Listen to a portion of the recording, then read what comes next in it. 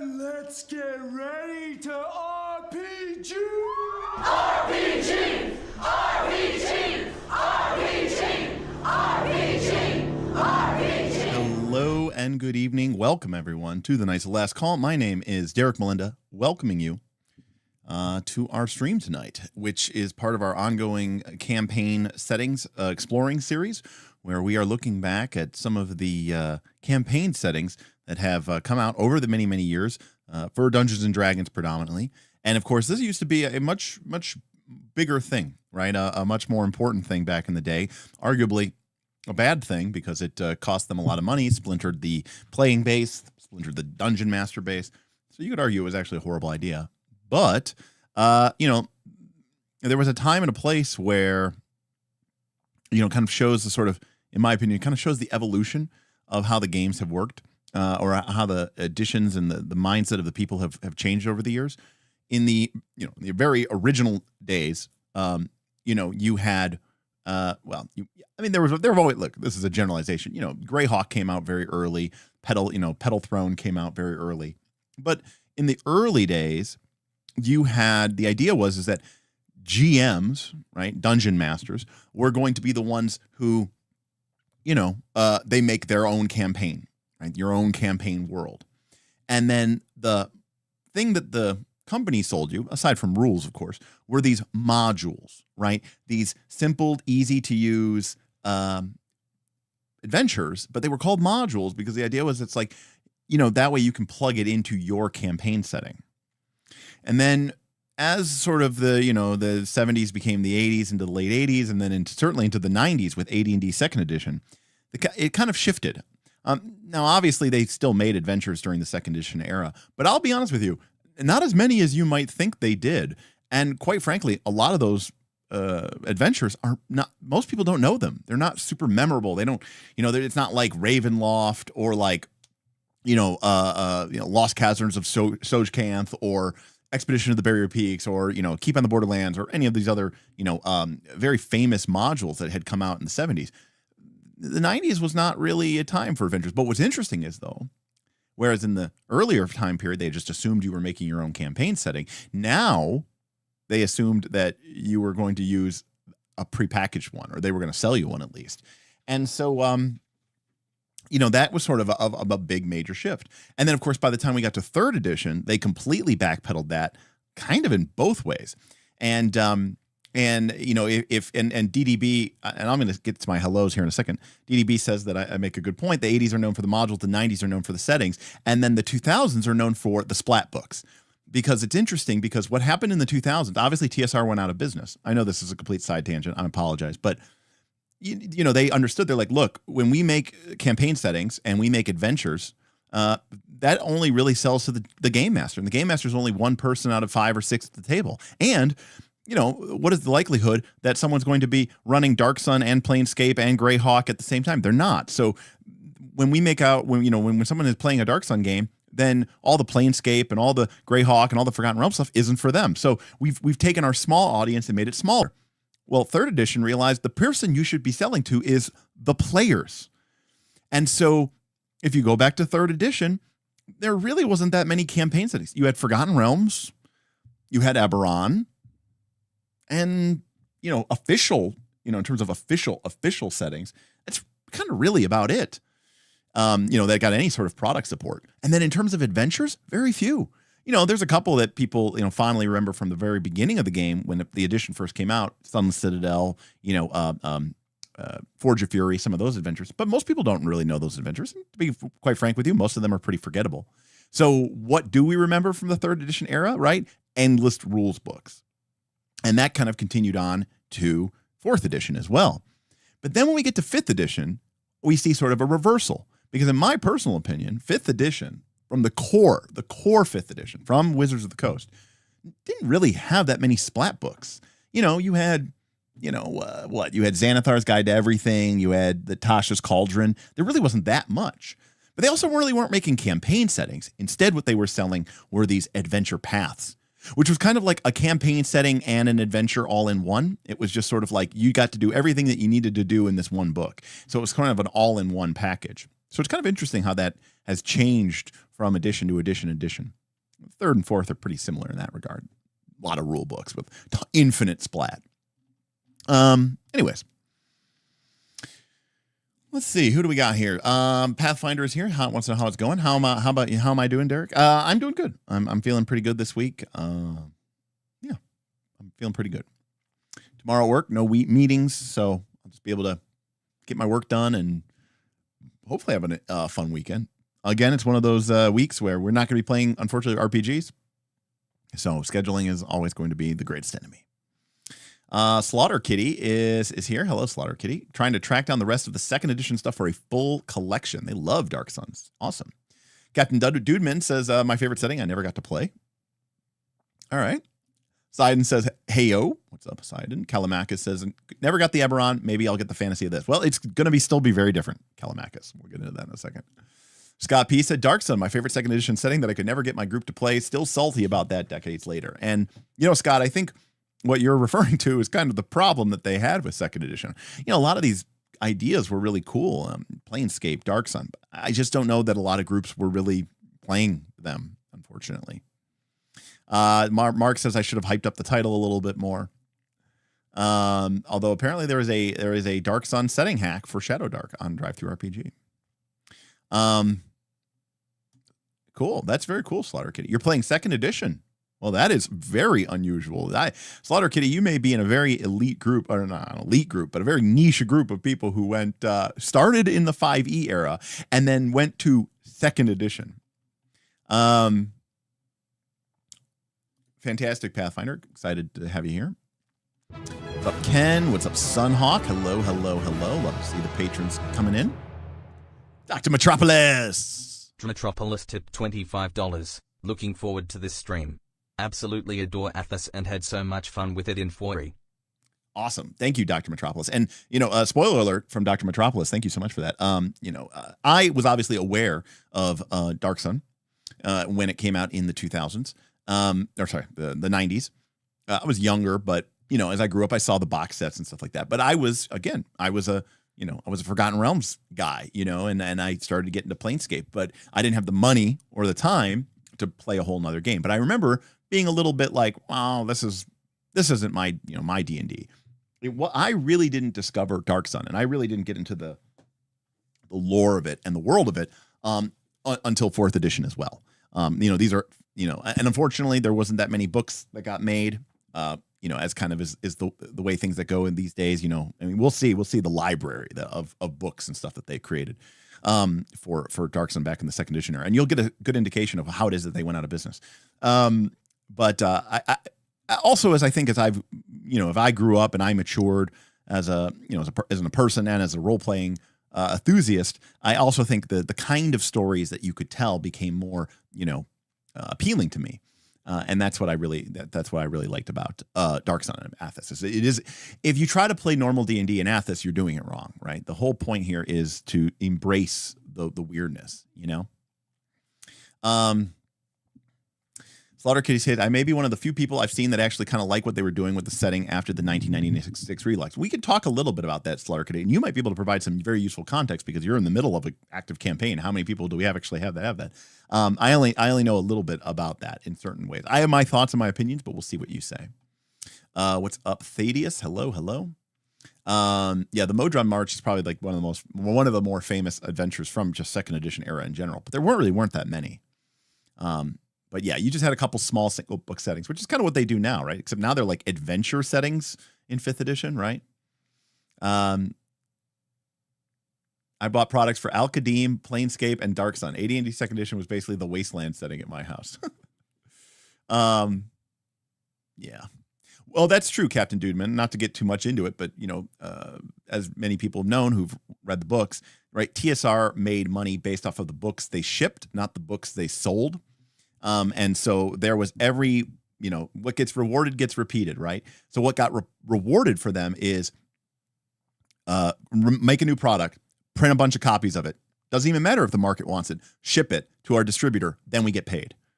We'll worry about if it sells later, right? That was their mindset. It was, this quarter earnings, the coming up quarter's earnings.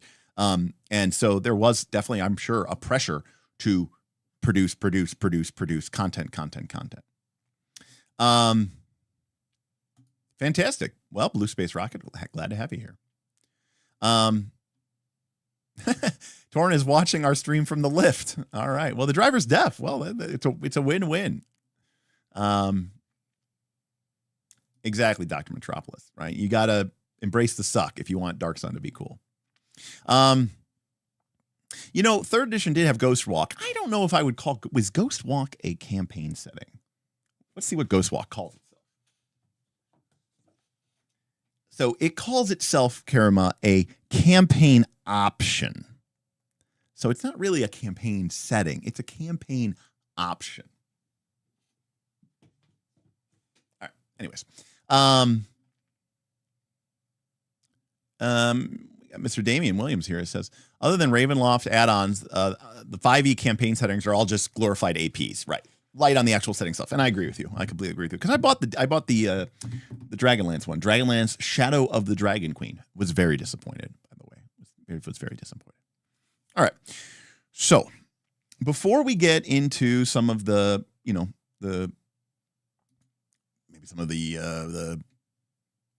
things of some of the books, some of the products, and start talking about some things. Let's first start off by talking about like what Miguel perfectly segueing us here. What's the catch with Dark Sun? So let's talk about Dark Sun. So what is Dark Sun? Well, the first thing that you need to know about Dark Sun is it is a desert world. All right. And, in modern day parlance, think, like Arrakis from Dune. Okay. It is a world of, endless wastes, and not just like Sahara Desert, right? Where it's just like these endless sand dunes. It's a world where, the water is extremely precious. The temperature is extremely high. There's oftentimes no precipitation or very limited precipitation. The only little bit of life that can exist happens around a handful of, oases or places where there's, water and wells. It is a blasted land. It is a, cursed world in a certain way. There's some of that is tied into some of the campaign setting elements, which we'll talk about. But I will say that the story of how Athas came to be in 4th edition is like one of my favorite things of like the entire edition of 4th edition. Maybe even in like the last 20 years. They did such an awesome job of making 4th edition or 4th editionifying Dark Sun. It was so cool. We'll talk about it. We got DDB said, one thing I'd like to see is an intro to Athas done in the style of an 80s D&D cartoon, but instead of a unicorn, they just get jumped by a psychic cactus. Yeah, we'll talk about psychic cactuses here. So it's a desert world, but also too. So, and again, 4th edition took a little bit of a different spin on this, but I'm kind of getting ahead of myself here. Spoiler alert. Part of the idea of Dark Sun is this world used to be green and lush. Dark Sun came out in 1991. Now, if you're like me and you grew up in the 80s, right, there was this growing awareness, a growing trend of environmentalism and awareness, and the ozone layer and the save the rainforest, right? And I'm not saying that that's like there was a sort of a political message here, but in the 2nd edition version of Dark Sun, the idea is that magic, sorcery, wizards, when they cast spells, they draw that energy from the world around them. Maybe it's a oil, metaphor. And it destroys. It literally kills at the cellular level life, to the point where if a wizard or sorcerer casts a spell, it literally will create a zone around them, a circle around them that'll be completely sterilized. Nothing will ever be able to grow there again. And so the idea is that these powerful forces, used magic to gain unprecedented power and wealth, and in doing so, they destroyed the world. Right? They ended everything. And so that was, that's what turned the great green age of, and saying, Derek pronunciation starts again, Athas. No, Athas. Athas. Athas. I said Athas. Not Athas. It's Athas. And I refuse to. There is one pronunciation that I think I do it wrong, but there's no way I'm going to be able to change it because I've been saying it like this for 30 years, but we'll get to that in a second. Yeah, exactly. Shinra sucking Mako energy out of the planet to make materia. Same idea. So, Captain Planet, whatever, the whole thing. So the idea is like, this is a world that has, basically been corrupted and destroyed. And to the point where, again, where magic is actually taboo to a certain extent. All right. Number 2. It is a savage and a brutal world. So, think Mad Max, okay? Think, whatever, The Last of Us. Think some sort of post-apocalyptic world. But actually, Last of Us has too much civilization, right? So really think more like Mad Max, right? This is a brutal world. And, and we can, sort of talk about it here. But, one of the realities of this world is that slavery is very present. And slaves are used from everything from, taskmasters and laborers to being forced to fight to the death for the, enjoyment of the noble class in blood-soaked arenas. There's, literally a race that was sort of bred to be an ideal slave. Okay. Now you can start to see maybe why they never reprinted Dark Sun. And, there's a lot of people, sort of in that like grognard getting close to being, too far, to the right. People are like, oh, they're a bunch of pussies and they're a bunch of woke bastards. The brutality Listen, makes heroes truly it's a tough the light thing to shines buy. brightest in the dark. We had a tip from Anonymous who said, and again, let me be clear here. I'm going to defend Dark Sun. I'm going to defend what they're doing. So Anonymous says the brutality makes heroes truly heroic. The light shines brightest in the dark. And I think that that's true. This is a world where there's a lot of problems. And there's a lot of stuff that the heroes can sort of, rise up against. What I will say, or what I will caution, is that, very much so. I think for most people who play a heroic Dark Sun campaign, which is going to be most people, certainly the idea that you are going to, do what you can to help those around you is a given. But remember, this is, again, a savage and brutal world. The only people who are really doing anything nice for anybody are the heroes. But it is also impractical. It is also impossible that you're just going to be able to free every, imprisoned or captured or enslaved person that you meet. It's just, there's too many. The world is too big.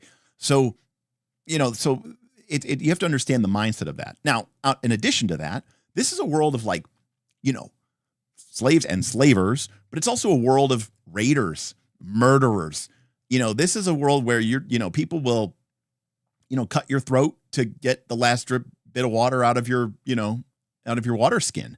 And the cities, right, where civilization flourishes, not much better, because the cities are all ruled by despotic, evil, wizard sorcerer kings who, literally are, have basically destroyed the world in order to have infinite power. So they're pretty brutal themselves, right? So charity, kindness is just almost unknown, all right? We kind of half mentioned to this too, but there's also some of your classic D&D races are a little different here. Elves do not run around the forest. There are no forests. No, elves are these long-limbed raiders who sail and run the deserts, and they're they're thieves and nomads, and they'll overattack and steal. Halflings are cannibals.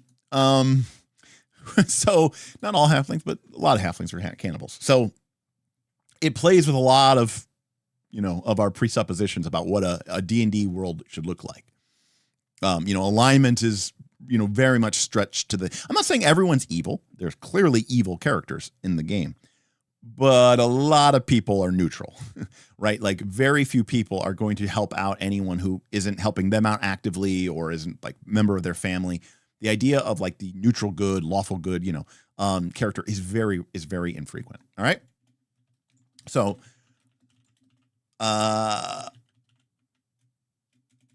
number 3. And again, these are just the things that like, and I remember as a kid, honestly, the desert world I could get away, because again, I grew up with Tolkien. I grew up with, Forgotten Realms. So for me, the Willow, Conan. So for me, the medieval idea was the shining knight in armor on his horse, trampleasing through a sort of quasi-European English, landscape and doing battle with, the horrendous things, the monsters, the creatures. So Dark Sun, to a young Derek was very different than this because it took all of these fantasy tropes that I sort of had based my whole world on and sort of got rid of them. And believe it or not, more so than the desert one or more so than the cannibal halflings one of the things that really, I'm not going to lie, it really fucked with me when I was a kid. Like it really turned me off was this idea that metal is rare.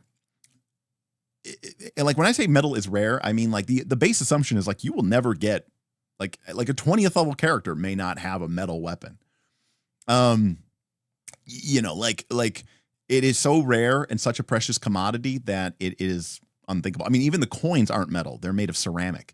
Almost all your arms, your weapons, your armor, right? They're going to be made out of bone, stone, wood, chitin, right? Like it's going to be made out of natural materials or stone and some other stuff. Like metal just doesn't exist. And even in 4th edition,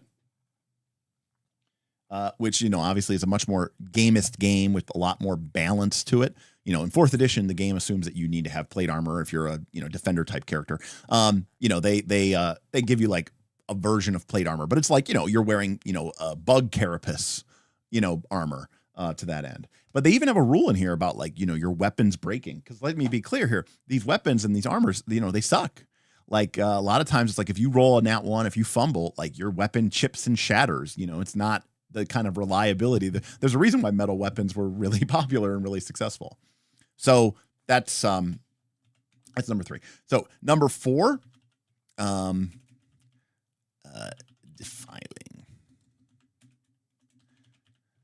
All right. Number 4 is defiling magic. So the idea is that arcane magic corrupts and destroys the world. We always talk about, hey, like, in D&D, there's always this problem that like wizards spells cost them nothing, right? It's infinite energy drawn from a seemingly endless supply or source, and they can make miraculous and wondrous things happen with little to no cost to them. So why wouldn't I just cast all these spells every single day?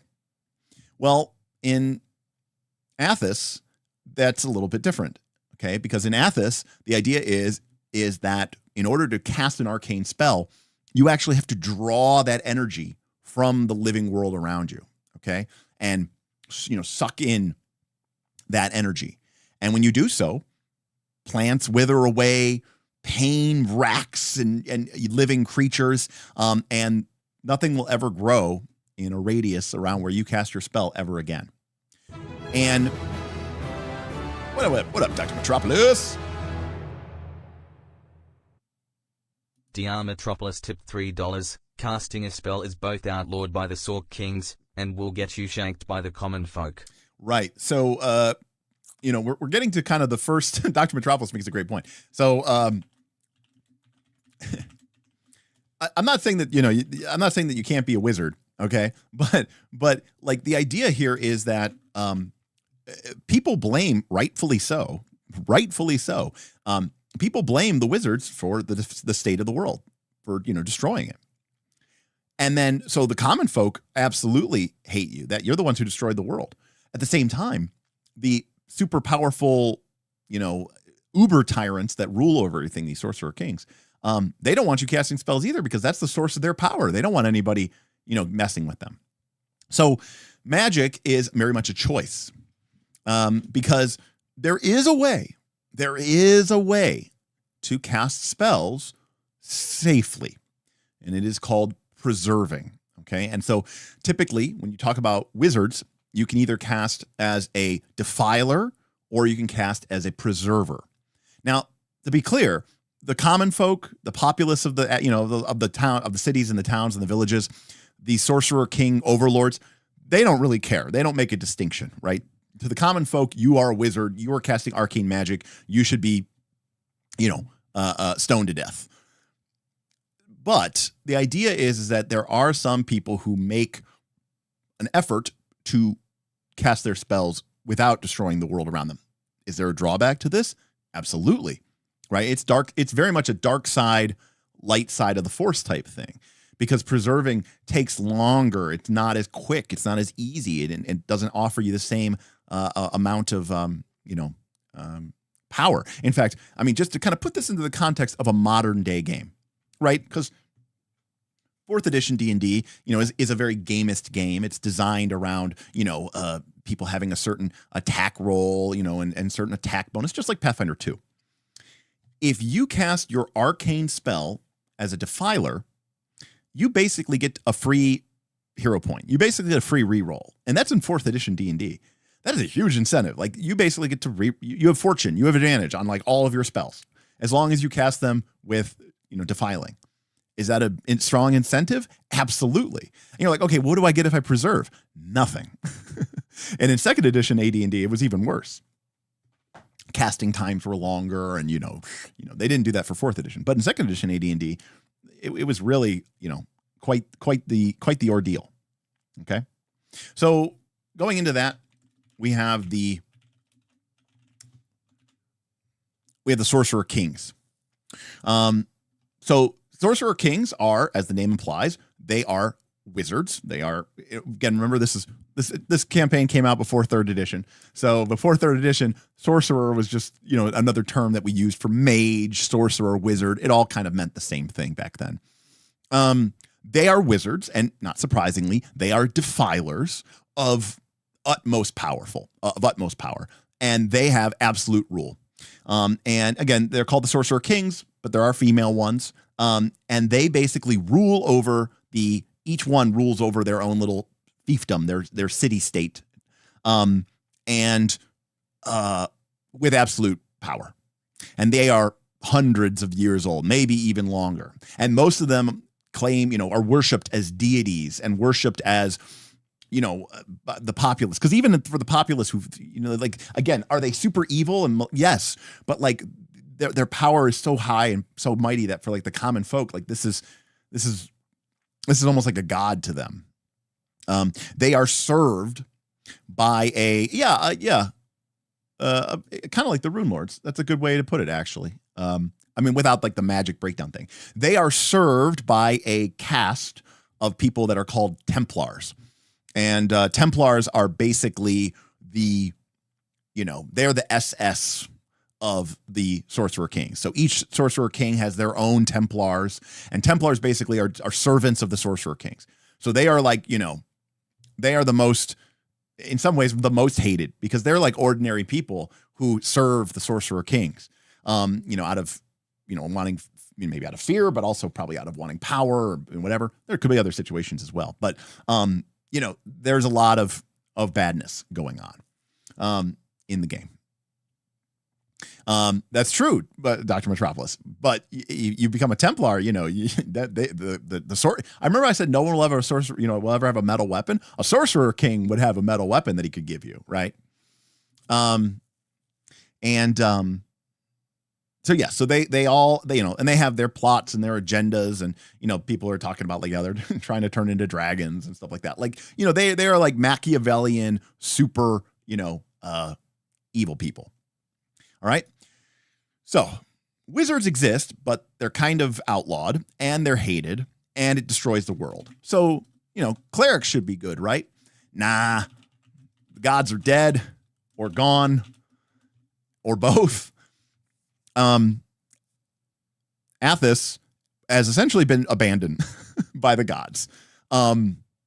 They essentially, they're, in the 4th edition of the game, you cannot be a cleric, you cannot be a paladin, you cannot be an avenger, you cannot be an invoker. Anything that relies on the divine power source, you cannot be. And in you know, and even in the second edition AD&D, you have to remember the cleric class was a little bit weird because you could like build your own cleric.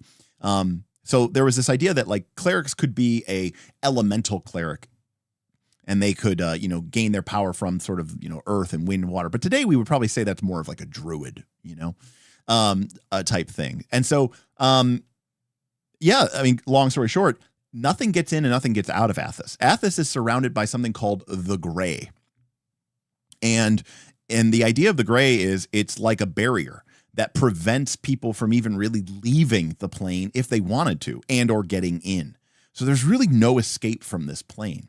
And again, each of the, you know, second edition and fourth edition has its own little kind of like cool little story about how that came to be and why that came to be.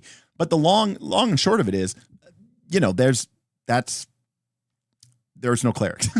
You know, I mean, you could theoretically be a cleric, but you would be more like an elemental priest. You would be more like a druid, right? And even being a druid is pretty brutal. I mean, most of the world is a endless desert wasteland. There's a few small nuggets of life that barely, you know, cling to. But most of those places are completely urbanized, right? That's where the cities are, because they had to build up around the handful of places that were, you know, capable of supporting life. So wizards hated, clerics basically don't exist. And so, yeah, like, you know, a lot of your core D&D tenets, no metal weapons, no full plate armor, right? You know, AD&D second edition even had rules that if you did wear full plate armor in the desert, you basically roast to death. So it's very much not, you know, the D&D that we're sort of, you know, used to. But now I'll also fully admit, I like Dark Sun. I do. And here, let me say this. Okay. I don't like this thing. I do not like this thing. And I do not like this thing for the main reason that it's usually just kind of thrown in there for no particular reason. And the thing that I'm talking about is psionics. And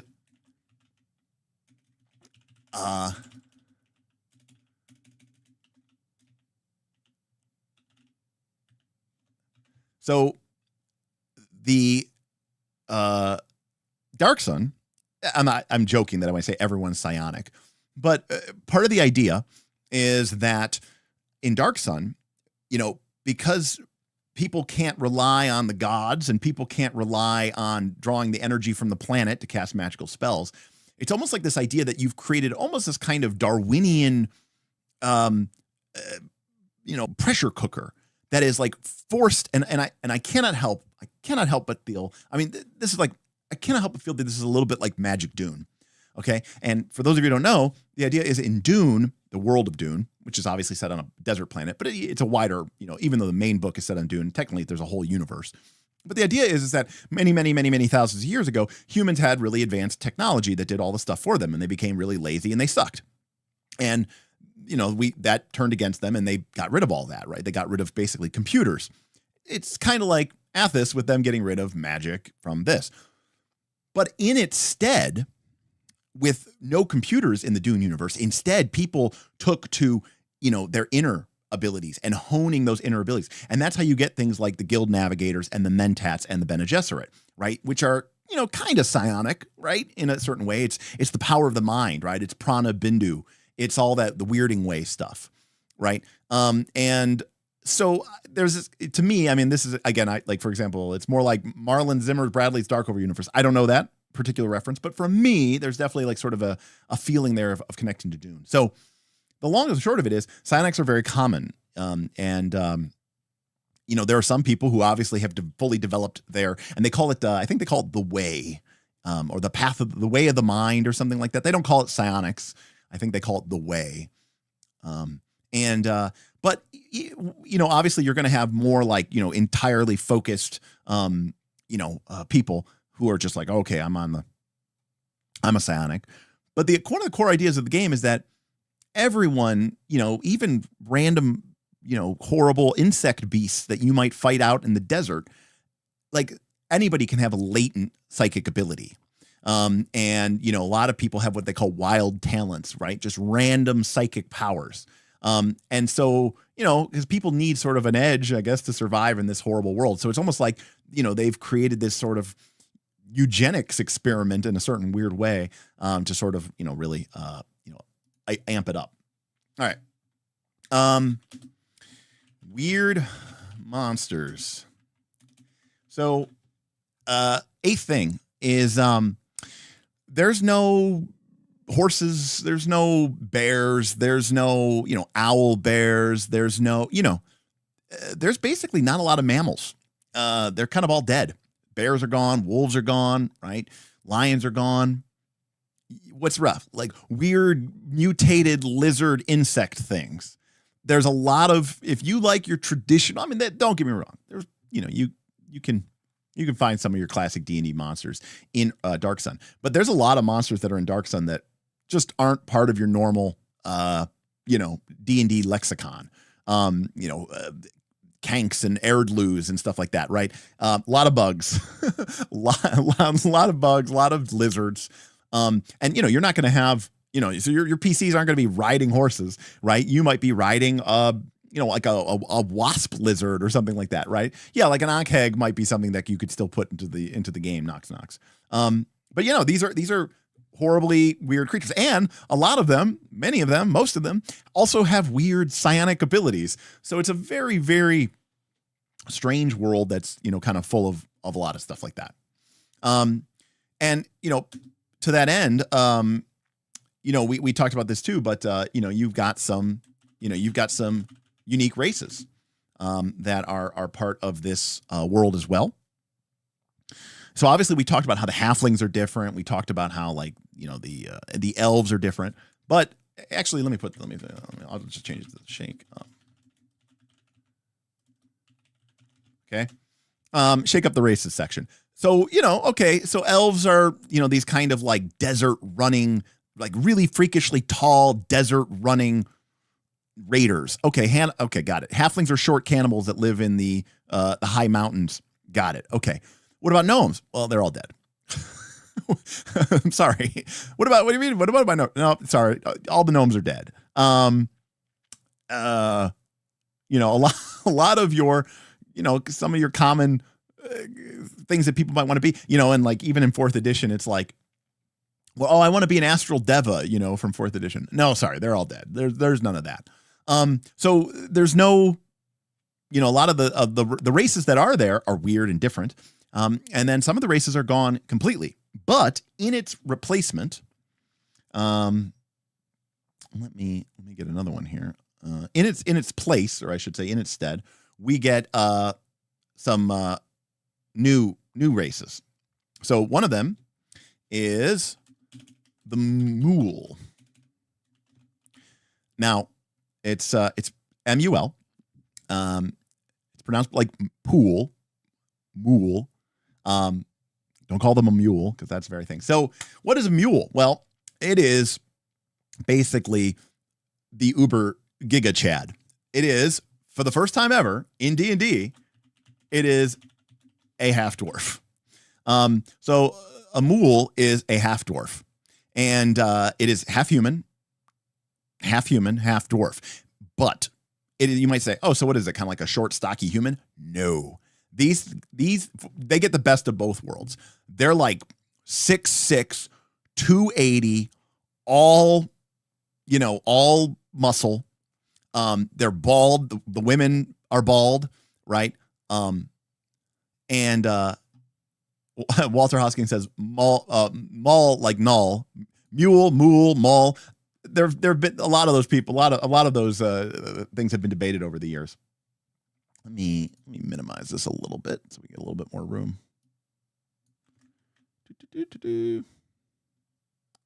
I think even like the books talk about like, oh, well, the pronunciation, some people say it this way, some people say it this way. Okay, so you've got your mules, which are half dwarves, and they are predominantly they are bred for slavery. They are a race that is deliberately sort of created by the sorcerer kings in a certain sense, to be used as slaves, to be used as gladiators in their arena battles, because they want, these basically superhuman people. And obviously that's very problematic, right? You're talking about literally a slave race that's being bred for that express purpose. Now, to be clear, what we could just have been describing the Uruk-hai, right? Think about the Uruk-hai. Compare the Uruk-hai to like the orcs, right? The Uruk-hai were bigger, stronger, taller. They could march under daylight, right? They were an improved orc, and Saruman bred them for the purposes of the war. It's kind of the same basic idea, right? Except instead of being like, you are completely evil, no, maybe you're, maybe you are broke free of slavery. Maybe you're fighting against oppression. Maybe you have, found your own way. So you have mules, which are half dwarves.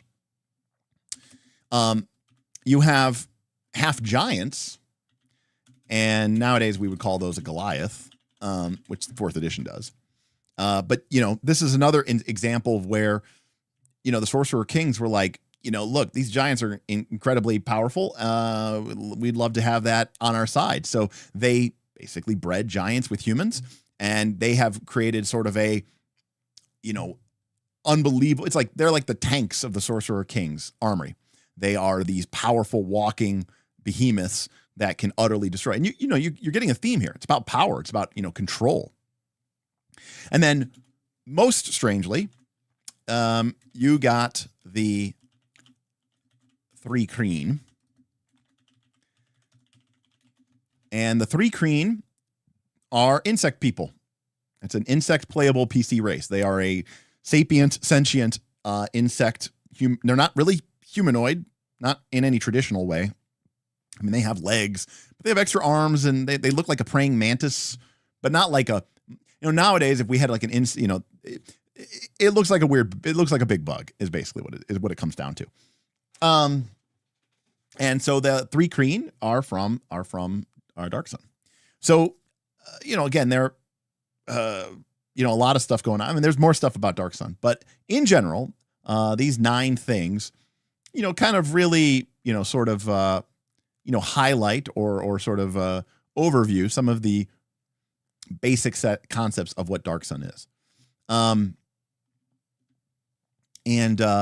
Yeah, I mean, Tor and I agree. Both Eberron and Dark Sun take magic seriously and how it should affect the campaign world. And they do, and they magic has a real cost here. Now Walter makes a great point. There is a book. I don't remember which book it is. Maybe it's this book, but there's a book that basically shows like who has it the best, right, and then who has it the worst. And believe it or not, at the top is the Sorcerer Kings. Below them are the nobles. Oh no, right below them might be the Templars who serve the Sorcerer Kings. Then there's the nobles. And then there's like, which include like really rich, wealthy merchants and stuff like that. And then, but down lower you have villagers, city dwellers. But you know what? The slaves are actually above them.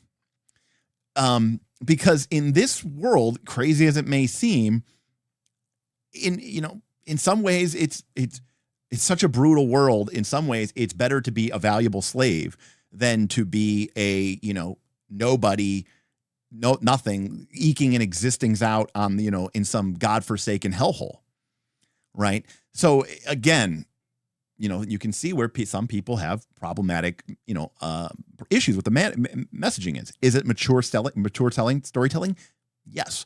Are we, is that too much for some people? It is, and I'm not going to say that they're wrong for, being a little bit disturbed by that. So are we not allowed to tell stories that include disturbing things? We are, Captain Dudeman, but that stuff doesn't sell, to be completely honest with you, by and large, unless it's like a horror movie for some odd reason. But in the game space, a lot of let me put it this way. This is the easiest way I could put for it. This is probably the biggest knock against Dark Sun. A lot of people come to play D&D because they want to have, fantasy fun, and they want to have, they want to feel good, and they want to kick ass and take a little names, and they want to let off some steam from a hard week's work, and they want to level up and gain levels. Coming, after a hard week of work, and you found out your mom has to, have a surgery, and it's just really brutal, and you go to your fun D&D game, and it's like the brutal reality of a world where everyone is enslaved and you can't save everyone. And, it's like, you're like, okay, come on. Like, this is too much. Now, is that a cool, ripe era for storytelling for certain people and certain groups and certain movies? Yes. And I think this is where TTRPGs can and I've seen this happen to me personally as well. People go, oh, but Derek, you know, what about movies? Okay, great. Movies are like 2 hours, 2.5 hours, and then it's done. The idea of TTRPGs is you're going to be doing this for weeks and for months, right? And it can get very depressing. And I have seen this when I have run Blaze in the Dark games, which is kind of a post-apocalyptic. It isn't a post-apocalyptic setting. And I kind of seen it come up a lot when I've run various post-apocalyptic settings. And I think part of the issue is, will those people go see a horror movie? Sure. But if I tell you the only movies you're going to see for the next year is horror movies, that could start to really wear you down. And to be completely honest with you too, Dark Sun's not a world where it's not Galarian. You can't be like, oh, we'll shoot over to the other country where it's really nice and there's nothing to be worried about. No, like that doesn't exist. Everything's a hellhole. Even the places that are nice are somehow worse. So there's no vacationing here. You're stuck. And I think the idea of, exposing yourself and your group to that for a very long period of time is something that I think that people probably take too lightly and they don't actually think about it enough. But I have seen it happen. I've seen it happen to me. I've seen it happen to my group. And I'm not saying that this isn't a cool setting. In fact, I think it's awesome. I'm just saying that, it's one thing to buy into it, Ken. It's another thing to say, and this is what we want to do for the next year. To a certain extent, I'm not saying I'm wrong. Now DDB, I don't know if we've talked before, but I'm not a fan of one shots. But what I am a fan of is multi-shots. Do I think Dark Sun would be a great, 10 session episode, 10 session campaign? Absolutely. Would I want to play there for many, many, many, many, many, many, many, many, many months? Probably not. Probably not.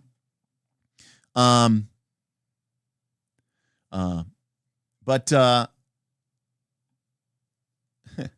you know where you can vacation? The southern beaches. That's absolutely right. That's 100% right. Let me, I don't know if I have it. I don't know if I, Lance, don't get me started, buddy, but you were absolutely right. Yeah. Okay. Fair. Short campaigns. Chapter by chapter play is dope. I wish more people did that. Yeah, me too. I think that's a cool way to do it. Yeah, exactly. 10 to 20 session campaign is fine. 5 to 15, I think to me personally, I think like 5 sessions is like the minimum. Yeah. So, and let's call it what it is. Okay. I mean, the spoiler alert, it's not really a spoiler alert, but spoiler alert, when Dark Sun came out, okay, in 1991, okay, it was, a world where everything was horrible and everything was, completely enslaved and ruled by these powerful sorcerer kings. Well, the story advanced. They published some novels, they published some adventures, and they made some assumptions, and the campaign advanced in time. And like in the mid-90s, 95, 96, they released a revised Dark Sun box set. And in that revised Dark Sun box set, some of the actions of those adventures was now canon. And one of the city-states had been overthrown. One of the sorcerer kings had been deposed of. And the 4th edition campaign setting assumes that you are starting in a world in which the city-state of Tyr, or the free city of Tyr, is now free and does not have a sorcerer king ruling over it. Now, that doesn't mean everybody's living great lives, but it does mean that there was this kind of idea, this kind of kernel of hope. And so it's the storyline advances. And I do think that is some real fucking heroic shit. To be completely clear, that's some big damn hero energy. Right. So, there's hope, there's a way to do it, and I think the key thing here is that, don't confuse, and I'll say this to anybody, don't confuse, including themes as supporting them. Sometimes it's important for us to deal with darker and more problematic issues. And sometimes, although this is not really, most people want game night to be woo fun, but sometimes game night is the better place to deal with that. So yeah, so that's sort of the brief, that's sort of the high level overview of Dark Sun.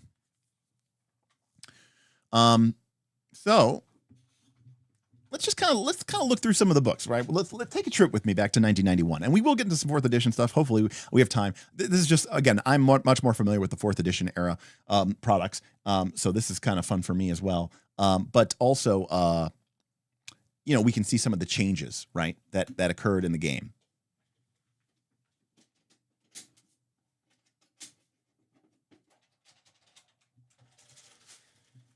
Okay, all right. So, right off the bat, by the way, you gotta love that logo. It's pretty crazy, right? The Dark Sun world. So this, of course, was an awesome box set, one that I sadly never owned, but face the fire of the Dark Sun, a world ravaged by sorcery, right? It's it's pretty deliberate here. So the first book is about rules. How did the core game rules change in this world? Now remember, this is for and Knox. Let's take a brief moment here to take a side tangent to talk about the art. The art of Dark Sun predominantly was the work of a man named Brahm. I think his name was I can't remember his name. Gerard Brahm. And, there was a time and a place where, in the 90s, the artist or the artistic style of a campaign setting in some ways was just as important as the campaign setting itself. The same way that Tony DiTerlizzi became known for his Planescape work. This sort of the work of this Brahm guy, it really set the tone for the whole edition. And, maybe you don't really see that as much anymore. I mean, maybe you kind of do like, in my opinion, I know that he became a much more prolific artist, but Wayne Reynolds, is to me Eberron. And even when I see Wayne Reynolds' work in other D&D books or in Magic the Gathering cards, I go, oh, that's an Eberron, even though it's not Eberron anymore because it's just some random Pathfinder book. But for me, the work of Wayne Reynolds is indelibly linked with, Eberron. And so for Brahm, the artwork of Brahm is, and there's definitely, we'll call it what it is. There's definitely, in my personal opinion, a Frank Frazetta vibe to this, right? It's definitely got that kind of pulp 30s, 40, 40, kind of vibe to it. And I think that was very deliberate, that they were kind of going for this dark, weird world, right? Where you've got this psychic bug mind that's crawling out of the ground, right? So it's kind of this kind of science fantasy, but without the overt sci-fi elements, right? This Mad Max kind of viewpoint. And so there's, that it infuses the campaign setting with a ton of flavor.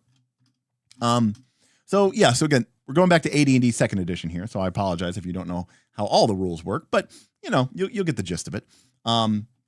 So somebody said, was this a mule? No, this is the Dark Sun equivalent of an orc. Oh, by the way, there's no orcs. They're dead too.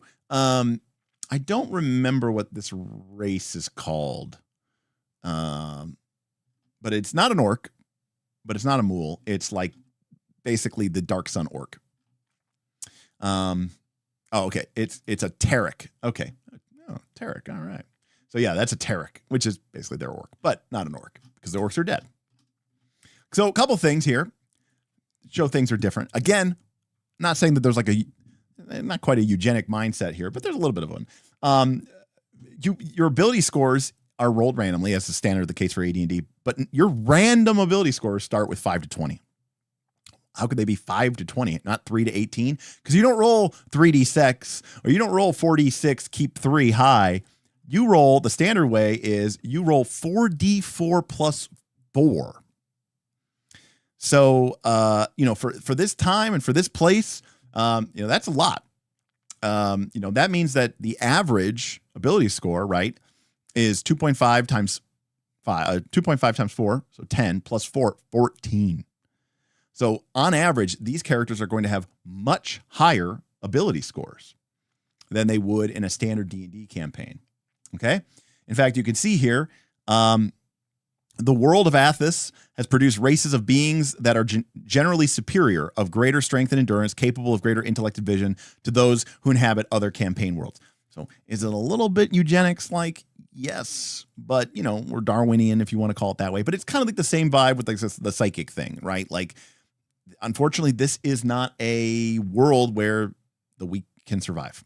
Again, I know that's very bad sounding, but it's the way it was. And, you had a super harsh, evil desert world, it probably would be like that. So, anyways, but this is what D&D used to be like, this, they didn't give no fucks. So anyways, okay. So we've got high ability scores. Okay. And, we have our ability scores and they go in places. I don't know if we talk about it here, but one of the default assumptions here is that, not everybody was illiterate. In fact, the Sorcerer-Kings basically encouraged illiteracy. They stamped out literacy. They didn't want an educated, underclass. So, being able to read and write is very much not a common thing to be able to do that. You can also see that the racial ability score bonuses are done in a very different way. Than you might ordinarily see. And again, this is from the time of AD&D 2nd edition. Am I done, or is the min of 44 plus 4 equals 8 not 5? It is. It should be 8, minimum 8. Yes, you're absolutely right. In the book, it says 5, but oh, I see what they did. So when they wrote this 5 to 20, they were using the NPC generator. The NPC generator is just 5d4. So that's where they got the 5 to 20. But the players are higher. So the players are 8 to 20. Good deal. So it's not just a PC. Oh, because the PCs are so cool. No. Everybody, like this is not plot armor. Everybody, even the NPCs don't have quite as much plot armor, but the NPCs are tougher too, right? They have psychic abilities and higher ability scores and all this other stuff. Very much a Dune vibe, says Mike. Yeah, very Salusa Secundus, very much, kind of the Sardaukar, right? And the Fremen, right? These harsh worlds with these harsh cultures that lead to, incredible warriors and incredible people. Talk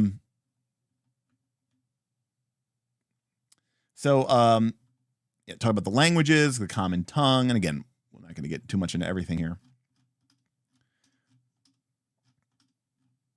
There's a half giant art.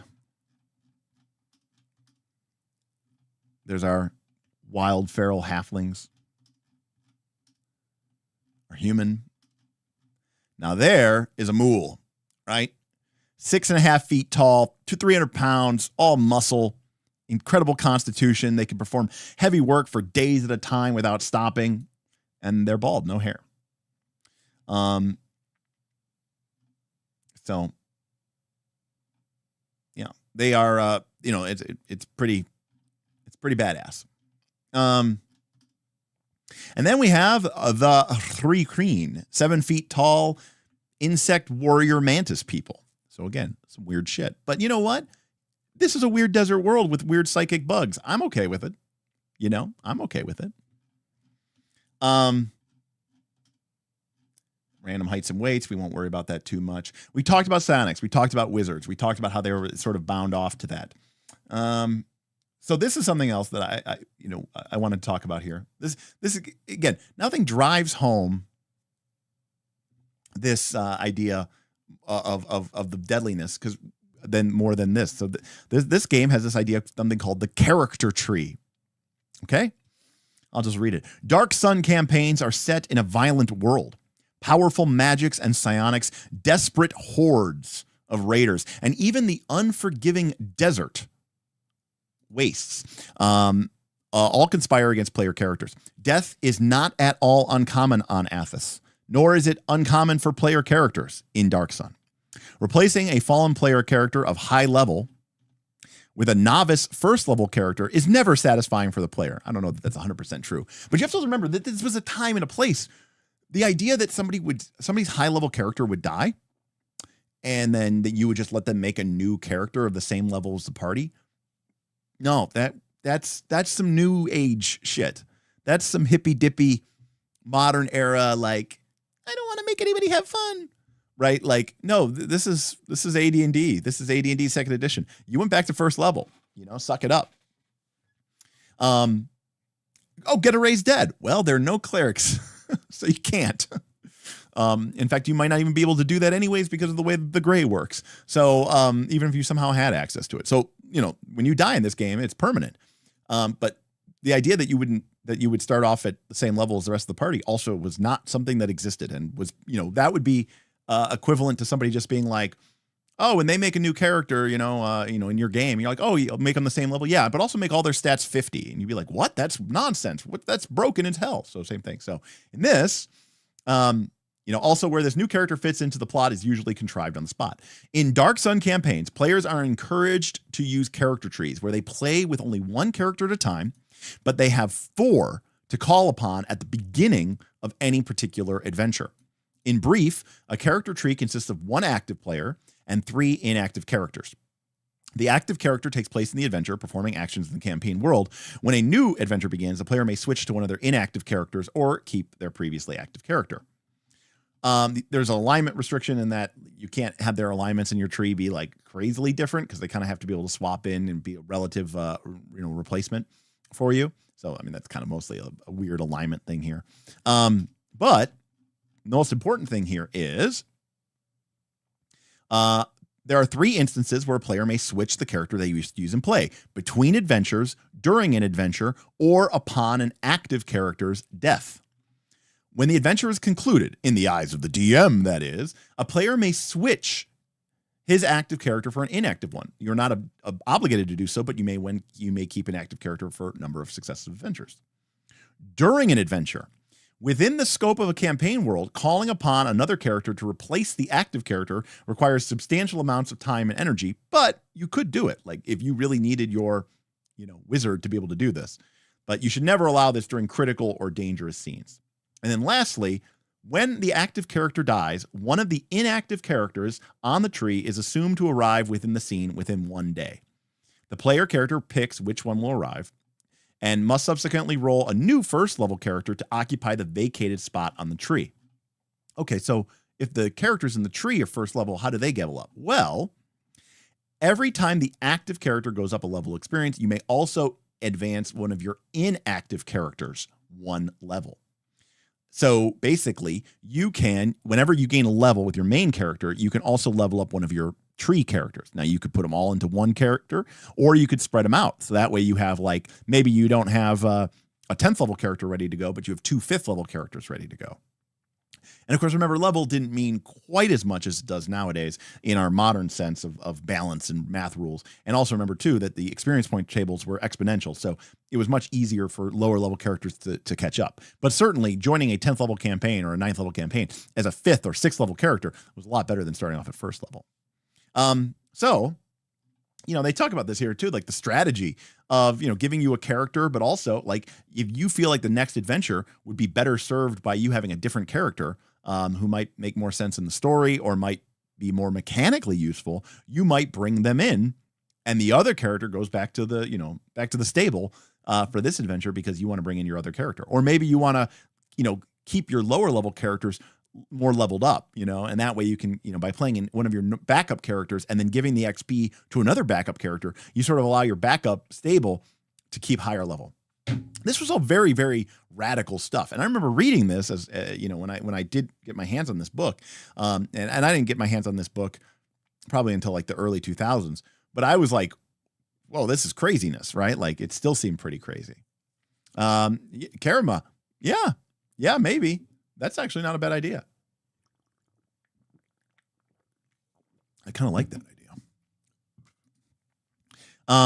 And, there's rules here, they're not like the people in the character tree they're not besties, right? They're not like, oh, I'll give all my equipment. They're not friends. They're not, in fact, in many cases, they don't really necessarily know each other that well. I mean, they know each other through the party, but like, and you might even interact with them on an NPC basis, but they are their own people, right? So, So yeah, so then we have some stuff about alignment. We have stuff about money and what things are worth. Again, they use the ceramic piece here. And again, it's mostly barter and, coins. And again, the coin is a ceramic piece itself. Let me think about what else here. Let's take a look. Actually, there we go. So this is quote unquote the world of Dark Sun. Now, of course, the world of Dark Sun takes place on Athas, but realistically, most of the world is an endless wasteland as far as the people of the campaign setting are assumed. All right. So everything takes place here in this area between, on the east side, you have the great Sea of Silt. And obviously, let me be clear. The people know that this world used to be beautiful. They see things like bridges that cross over rivers that are now, dry. They see ancient piers that go out into, literal seas of dust. So they know that this world used to be very beautiful. So in the place of what was probably once a beautiful sea is a place called the Sea of Silt. And it is a basically endless sand sea, but it's silt, right? So the idea is that, sand is pretty coarse and jagged. The idea of this is it's almost like a sea of quicksand. It's so fine, it's so thin that traveling across it, by foot is almost impossible. But they have like basically boats that are like, I can think they're called skimmers. And if you've ever seen that one episode of Avatar: The Last Airbender where they go into the desert and the Washitong's desert, and they have like the sailors, the sail people, the desert people. It's the same idea. They have like sand skimmers that can skim across the sand, and they use wind power. So to the east, endless, forbidding desert sea. And then to the west, you have the Ringing Mountains, which is this basically like Himalayas-like mountain range. Now, I know what you're saying. Holy shit. That looks like a verdant jungle up there. And you know what? It is actually, taking some real world geography into play. The winds are predominantly out of the west. And so whatever moisture is in those winds, when they come across the Ringing Mountains, they head up, and all the water and all the moisture falls out of it and lands here in the forest ridge. And then what comes over the edge is extremely dry, having been precipitated out, much like we see in our desert regions here in America. But for the most part, people, either this is a myth to them, a mystery to them, or it's completely impossible to get to because you'd have to cross over literal, Himalaya type mountains. But even this world, these forests, they're horrible. This is where the cannibal halflings live. This is where like some of the worst monsters in the game live. So there are some patches of life, but they are almost worse than the endless wastes of the desert. And as we look around the tablelands, which is sort of like the main area of the campaign setting, we can see that there are a number of city-states. They kind of have Babylonian, Assyrian type names like Uruk and Ram and Draj. And each of these city-states is basically a kingdom unto itself, except, it's basically just the city and maybe a handful of surrounding lands. And they're ruled by a sorcerer king who rules over it with an iron fist, or she rules over it with an iron fist. And over here to the west, we see Tyr, which at the time of when the campaign first came out was also a city-state under the brutal regime of King Kalak, but in the updated version has been free. And so now it is the free city of Tyr. And so, it's not just like this is why I wanted to make a point here. It's not all just endless deserts. There are some places where there's a little bit of greenery, but when we think forest, you need to temper your expectations. You need to think more like some scrubby pines or some, things that are barely hanging on, maybe some, scrub brush, maybe something like almost more like a savanna than anything proper forest-like. But most of the world is just deserts and wastelands and dry, endless mountains. But it's a very pretty map, I think. What do we got here? Look at all the different choices we've got. We've got mountains, rocky badlands, stony barrens, sandy wastes, dust sink, silt shoal, forest, verdant belts, scrub plains, boulder fields, salt marsh, salt flats. So, you got to kind of get a sense for what's going on here with this.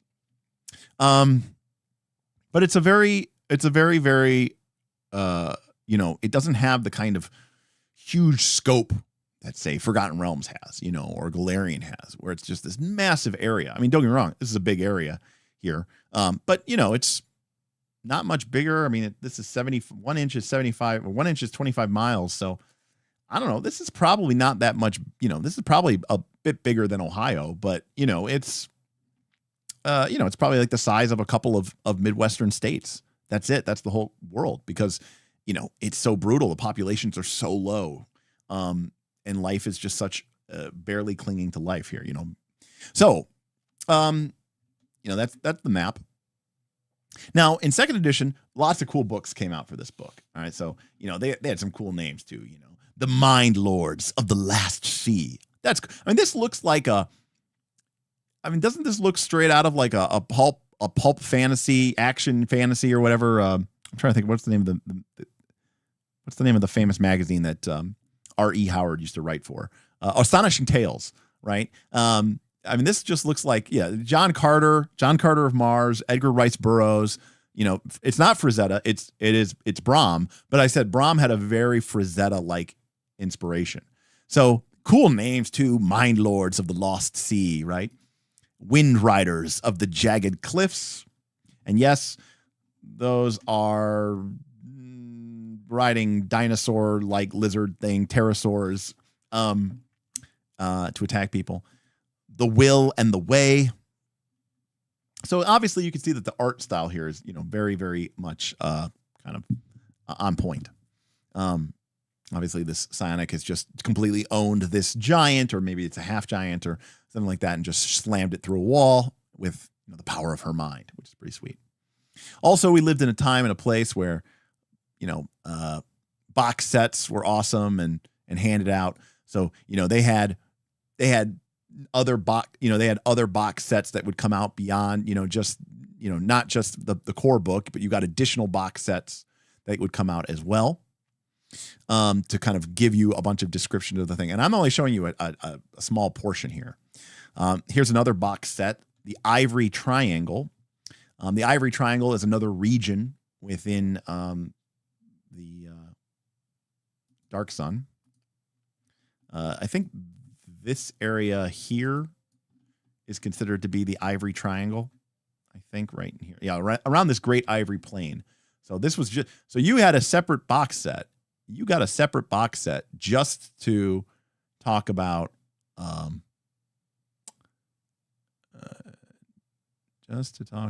the hell was it?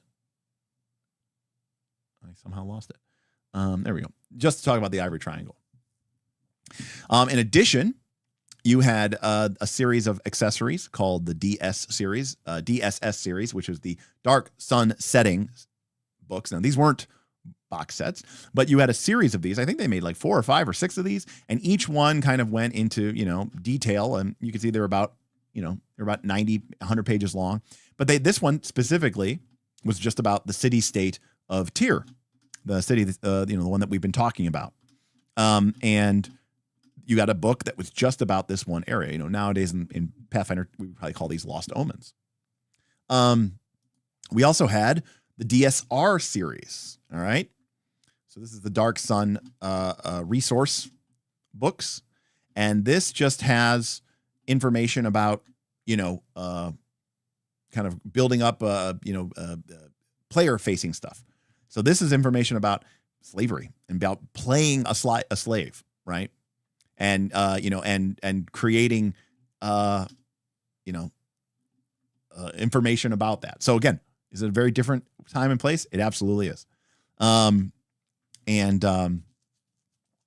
this is, again, and the idea here is that this is, a series of slaves who've broken free and formed their own, very Spartacus, right? And they've risen up. Tip $13 Hey, and Borgie, thank you. 37 cents. Thanks for doing Dark Sun. Love how different this setting is. Here's a little something for Dragonlance cause you're so hype about it. I do love me some Dragonlance. Dragonlance, in some ways, is like the complete polar opposite of this, right? Dragonlance is a world of good and evil and battling. Look at that dude's quads. Well, he's been battling in an arena his whole life. They also did a bunch of adventures. I mean, they did a ton of books for this. All right. There's like 50 second edition Dark Sun books. Seriously, there's a lot. There's a ton out there. You have this book, the Dragon Kings book. The incredible addition to the Dark Sun campaign setting presents the most powerful characters, magic, and psionics ever for immediate through advanced players age 10 and up.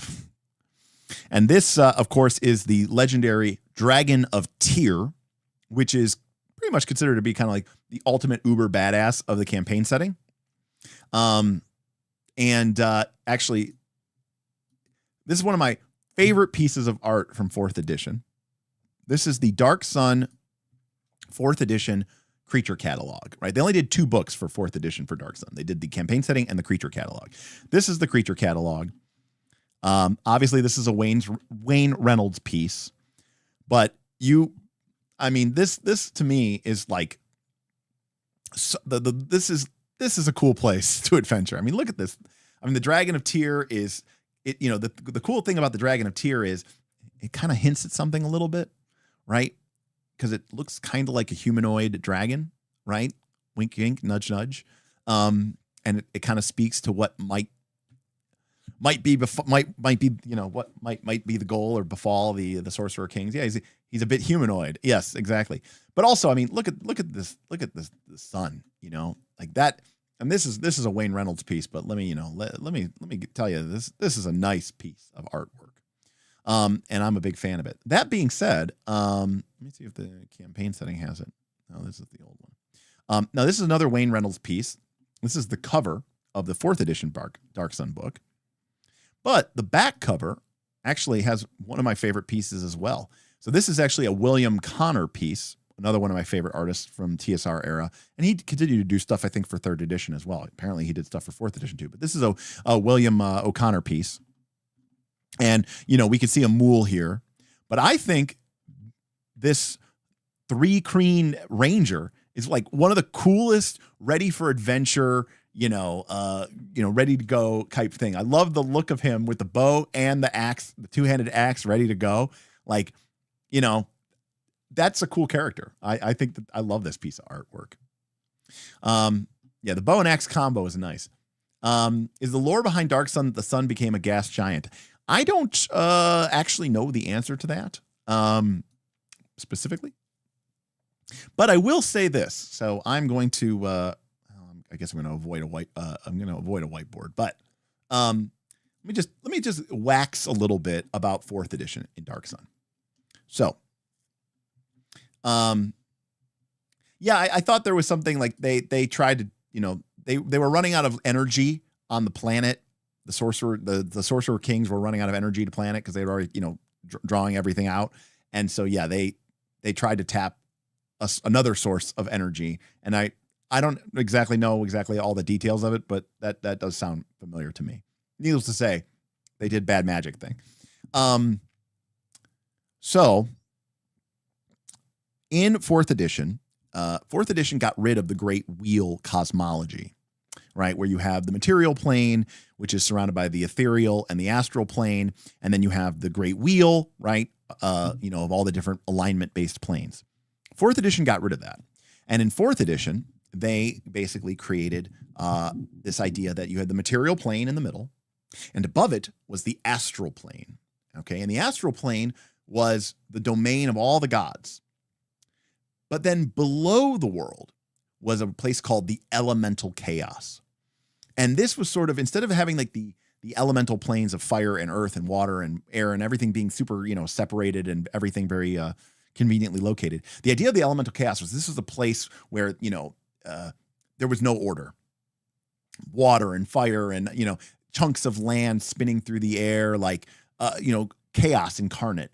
But it was also sort of the source of the raw building blocks of the universe. If the astral plane was sort of the plane of thought, then the elemental chaos was sort of the plane of material, the plane of reality. And in fourth edition didn't really have a campaign setting. Not the way 5th edition does, anyways. Some people, but there's sort of an implied setting to 4th edition, okay? And one of the implied settings to 4th edition is that at some point in time, the great lords of the elemental chaos, which are called the primordials, and again, very much shades of Greek mythology here, which is why it works out really cool, right? So the elemental chaos had these powerful elemental lords called the primordials, and the world was originally created, and the primordials would, just like, destroy an entire continent just because they didn't like the look of the coastline, or, they would, raise a sea up because they thought it looked nice. It was very capricious, right? And then at some point, though, humans and elves and dwarves, species started to get born there, and the gods, which lived in the astral sea, drew their strength from these mortal worshipers. And they said, you can't keep killing our people because that's affecting us. That's making us lose our power. And so at the beginning of time, the gods of the astral sea went to war against the primordials of the elemental chaos. And this is called the Dawn War. This is part of 4th edition's built-in lore. And so part of the idea is that the gods went and fought the primordials. Very much the Greek gods fighting the Titans.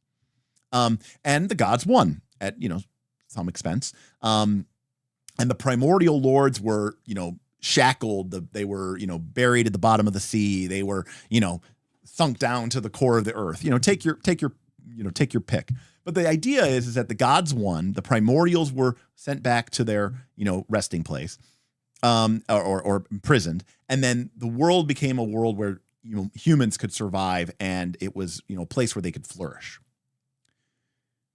The 4th edition version of Dark Sun does the exact same thing with Athas.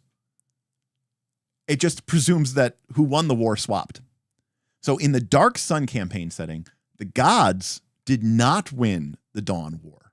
The primordial lords did.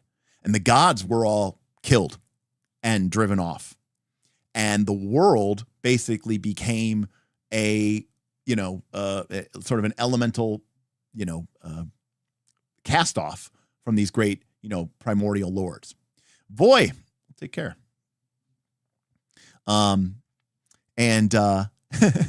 Right. And then they were petty and they walled it off afterwards because they said, well, you know what, forget this stupid place. And they basically just forgot about it. And the gods were dead.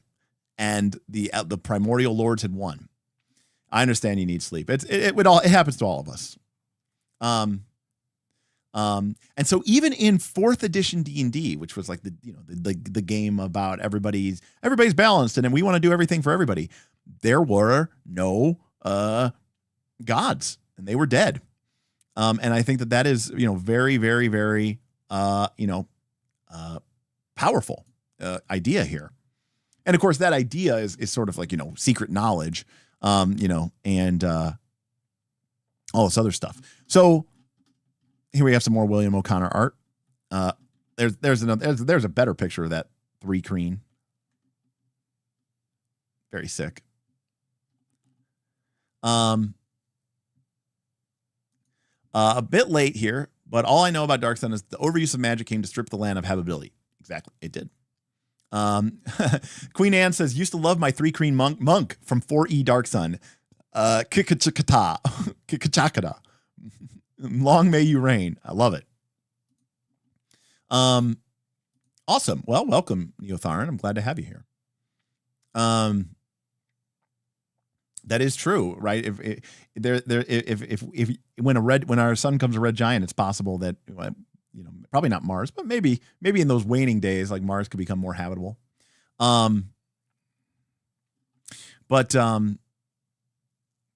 Yeah, I mean, like, so we got Donnie in the house. Athas used to have a blue sun, and the halflings ruled. They tried to increase the bounty of the sea, but they messed it up and ended up corrupting it. Yeah, like in like the super deep lore, actually, before it was a desert world, it was the green world, right? Of, you know, of forests and what rivers and everything. But before that, it was actually it was called the blue world. It was basically water world. It was actually a world of oceans. Crazy. But, you know, that some of that stuff is like lore for lore's sake, for sure, you know. Anyways, really cool stuff here. Let's take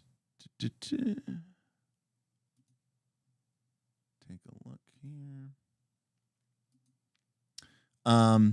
So again, so 4th edition did something which I really liked, which was this idea of restricting what you could be, but it also gave you some cool new options. So 4th edition's Dark Sun introduced this idea of character themes, which were, you know, mechanical things that you could give to your character to make them a little bit more, you know, unique and have a little bit more tie into the game. But this is also an example. Again, remember, 4th edition is a very, you know, gamist sense. But psionic energy infuses Athas, making it the most common and accessible power source.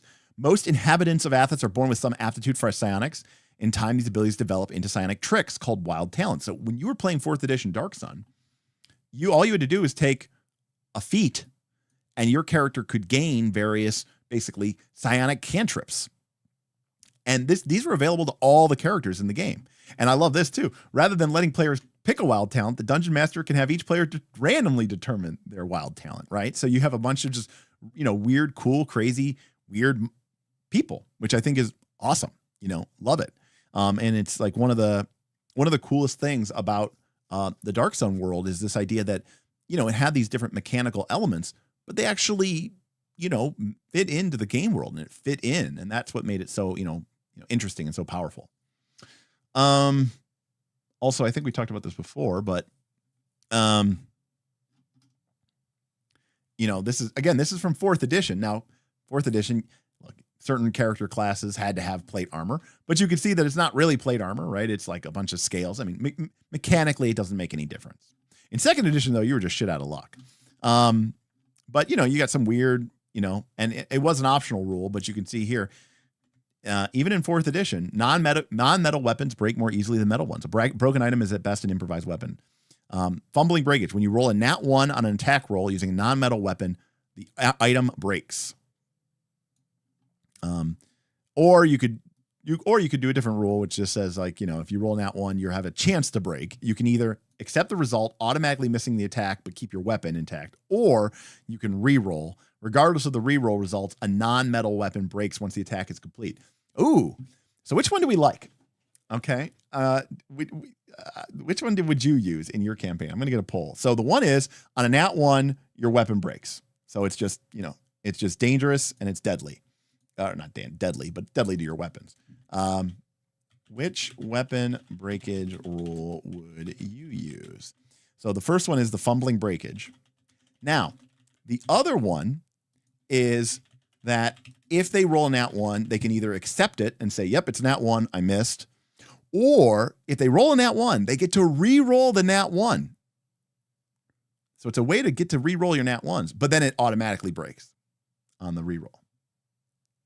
But you're giving them that re-roll. But you're giving them a choice. You know, they could just say, I'll miss. And their weapons will never break. Whereas with the fumbling breakage, you will, you know, weapons will eventually break. But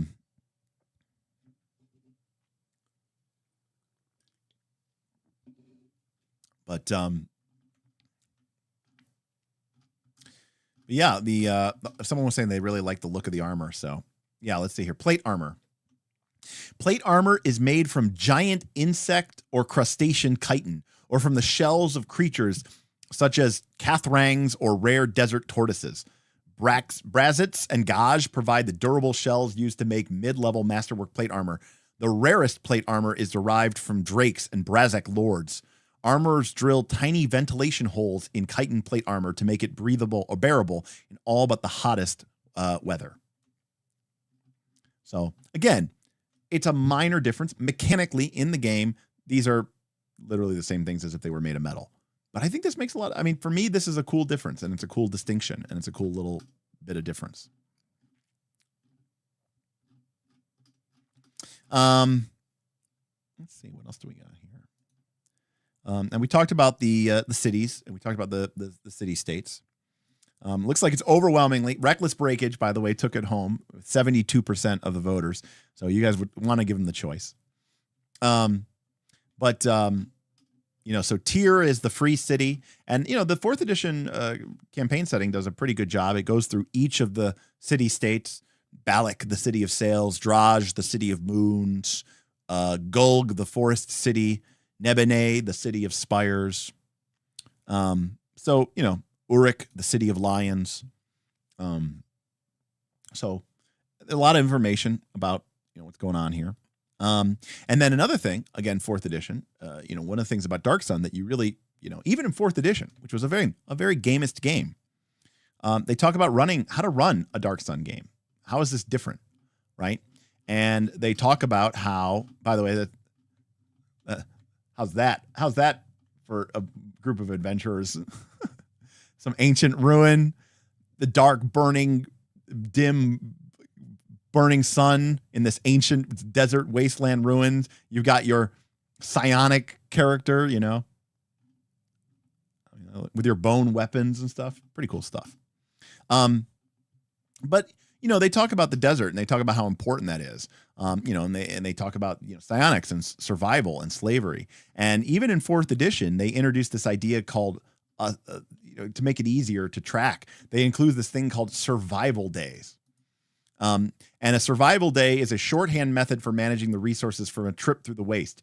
Each survival day represents sufficient water and food for one person to get through a day's walk across the countryside. It also includes protection from the skin, clothing for body moisture, and insulation to ward off the night's chill after the sun sets.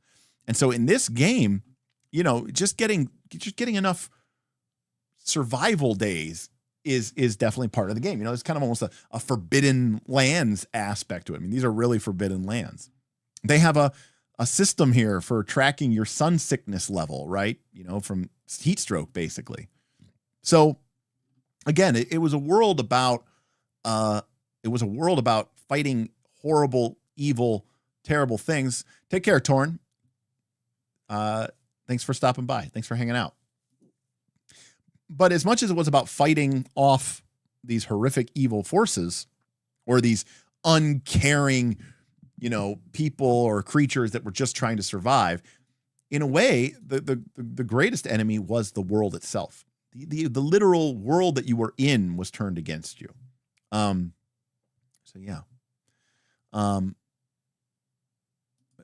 the way, if you guys were wondering, the glowing halos was how 4th edition showed Psionicis. I'm not sure if Derek said that. I stepped away briefly. Yes.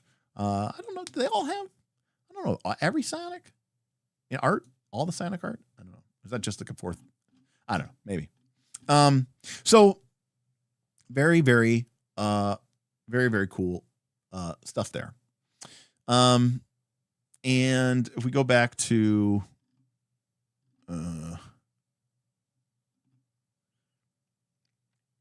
if we go back to the 2nd edition, and to be fair, some of this is in 4th edition as well. They also, there's a whole lot of systems are based around gladiatorial combat. They even released a book for AD&D 2nd edition, which was part of the CGR series, which was the Campaign Guide Reference, I think is what it was called. And these were the blue covered books, but this was specifically a blue covered book for DMs. And it was, it was a blue covered book specifically for Dark Sun. And it was all about how did the arenas work and how does the blood sports work. So, it wasn't some of this stuff. It doesn't necessarily have to be related to Dark Sun, but they gave us all these really cool systems that to help tell the story of this campaign world. So like, for example, if we go back all the way to 4th edition, we have building an encounter. How do you build encounters in Dark Sun? Well, for the most part, it might be pretty normal, but here's a whole section on how to build arena encounters and, having a matched pair, where you have, 2 versus 2, a beast encounter where, you have a party that's fighting against a single ferocious beast. Lots of information, mechanical things for, shifting columns and all sorts of different stuff for the arenas. So they put all this stuff into the book because they're like, look, we want this world to feel different than your normal world. And again, a lot of information about how to run campaigns in Dark Sun. Here's information about how to run wilderness encounters out in the wilds of Athas, with salt flats and mud flats and boulder fields, and more information. Different types of encounters and how to build them that might be more suitable to the type of raiders and slavers and thieves and stuff that you might see in Dark Sun. Some stuff about skill challenges, specifically in Athas. And another thing, I think this got mentioned earlier, we basically see the kind of beginning of automatic bonus progression, because in 4th edition, you needed to have a certain weapon proficiency. But because your weapons were made of bone, they weren't probably going to be magical either. And so this was a way that basically, if you use this rule, your weapons were automatically a certain bonus, and your armor was automatically a certain bonus. No different than Pathfinder 2's automatic bonus progression rule. Yet another thing from Pathfinder 2 that came from 4th edition, which shouldn't surprise us, because if we go and we look at this, we can see that Logan Bonner was one of the designers, along with Robert Schwalb. And this is really a nice who's who of 4th edition / Wizard of the Coast / TSR people at the time. Very, very cool book. Also, I think it would. Now I know not all of you know 4th edition, but I think it would not be fair if we did not go take a look again at the Dark Sun creature catalog. For starters, let me remind you that 4th edition bestiaries are by far the best bestiaries of all time. And the reason why they are the best bestiaries of all time is because when you go to a monster, okay, like the Jakar, small, squat, pugnacious, a Jakar has keen senses and a vicious streak. Okay, great. So we have the Jakar, which is this weird lizard mutant dog thing. Okay. But the game gives us 2 of these monsters, right? It's on a single page. We get all the stats. Everything that you would need to run that monster is in this green box. But we get 2 of them. And obviously this is a lower level monster, right? But we get a level 1 skirmisher and a level 3 soldier. This means that we can build an encounter against a pack of Jakars that are attacking the party. But instead of having to fight 4 or 5 of the same exact monster, instead you fight, 3 Jakar trackers and 2 Jakar trapjaws. And so you get this nice textural balance from the campaign as well. Same thing with a Kenk. I don't know what a Kenk is. A Kenk is a big beetle. All right. And they can ride them as a mount. But here's a couple different Kenks that we can use. Right. And these are just the normal small time monsters. But wait, there's more. Because 4th edition, in the Dungeon Master 2nd edition, Dungeon Master 2 introduced monster themes. And these are templates. These are like archetypes that you can apply to a monster.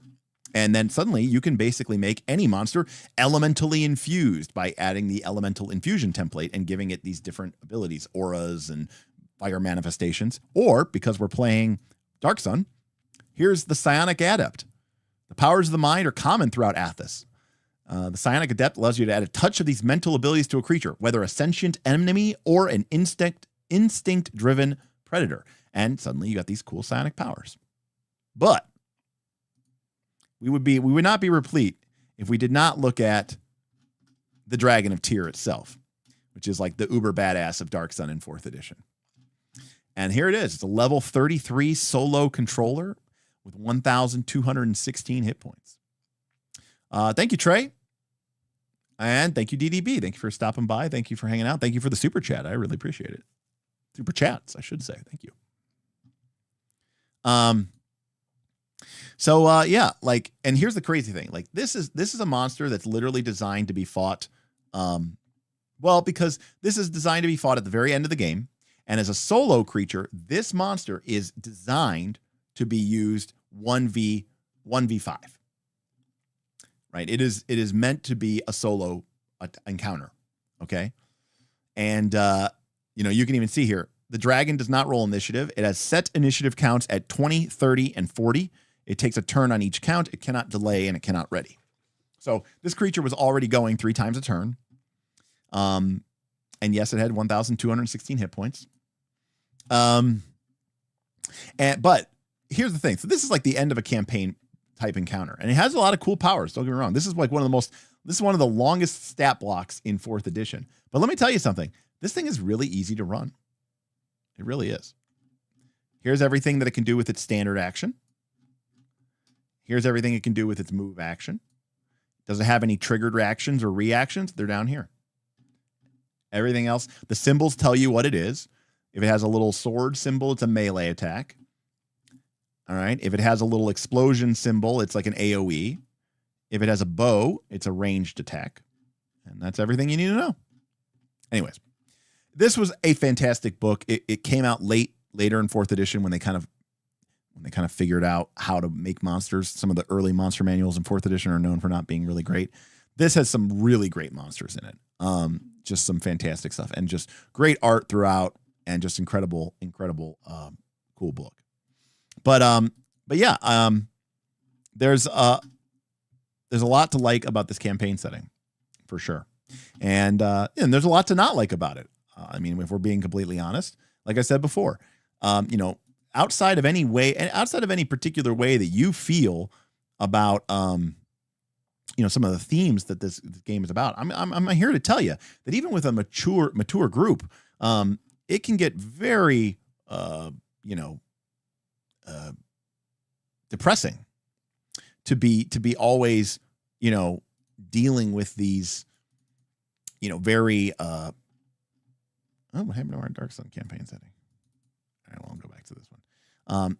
It can be very depressing to be stuck, in a very grim and dying world, and the feeling that you're never going to be able to free every slave. You're never going to be able to kill every sorcerer king. It's just not in the cards. And it's a brutal world, and where not many people, the heroes might be the only people that are quote unquote heroic. They're the only people that are good. And for some people, outside of any personal feelings about some of the topics, that could be very depressing, and it's kind of a brutal, grim world. Now, some people say, right, the light shines brightest in the dark. And I get that. I understand that. But I certainly also respect the fact that some people come to these games to have lighthearted, whimsical fun and fantasy. We're running our Southern Beaches Pathfinder 2 mega campaign on the Discord right now. We got about 50 people playing. Yesterday there was, by all accounts, a very successful session run of beach volleyball. And, hey, look, Athas is a desert, right? There's no beach volleyball here. There's no, cutesy, there's no cactus leshy, there's no cutesy stuff. So it's a brutal world, which, kind of goes back to my original thing. And for not everybody wants to do that outside of any, particular feelings that you have about some of the subject material. Sometimes just the tone of it, the genre of the tone of it, it can be very, very brutal. That being said, the game does talk about that. There's a fun kind of rebel alliance kind of vibe to Dark Sun. In a certain sense, if you think about like the Rebel Alliance from Star Wars, right? They were pretty much outgunned, outmatched. They were dying all the time. People were getting killed left and right in the Rebel Alliance, and they were really fighting an uphill battle. Now, of course, they go all the way to the top and they overthrow, they kill the Emperor and everything else. Yay, super heroic. While that may not necessarily be in the cards, this idea of rising up and freeing a city, I think, makes for a really, really good campaign arc, especially in 4th edition D&D, where you go all the way to 30th level and there's this idea of you becoming this epic character. I think a great arc for any D&D campaign in Dark Sun is the idea that the general arc is the characters go, if they make it all the way to the top, that they maybe free a city. They don't free everybody. They can't save everyone. They can't, make the world blue and paradise again. I think that's overdoing it. They can't free every slave. They can't kill every sorcerer king. But if your group and your actions and your connections and your networks, and you build an alliance and the rebel, and you overcome and rise up against one of the sorcerer kings and fight off his his allies and his minions, and then eventually get powerful enough to take him on, or her on solo and beat him and free that city. I mean, that's a desperate cause. That's some, that's a nice shot, kid. That's 1 in a million. That's some Luke Skywalker blowing up the Death Star stuff, or them killing the second Death Star. And that could be really cool, powerful storytelling. So I think that's, that could be a lot of fun. Also, to be perfectly fair, or perfectly clear, some people, want to be, I want to be a wizard and just cast spells. I want to be a cleric and I want to cast healing hands, or, healing word or cure light wounds. None of that stuff's not around. I just want when I die, I just want to get a raise dead cast on me. Sorry, not an option. So, for some people, and here's the thing. There's a modern day, idea of, letting the players be whatever they want. And I've talked about this before. When we did Quest for the Frozen Flame, I told the group, I said, look, the lore of this world, of this sort of primitive culture of nomadic people is they don't really, they don't really trust magic. So no, you can't be a wizard. No, you can't be a sorcerer, at least not arcane, because it just doesn't even make sense. And rather than let, a group of people go play in the realm of the Mammoth Lords and have a witch and a gunslinger, I was like, look, I want you guys to respect the tone.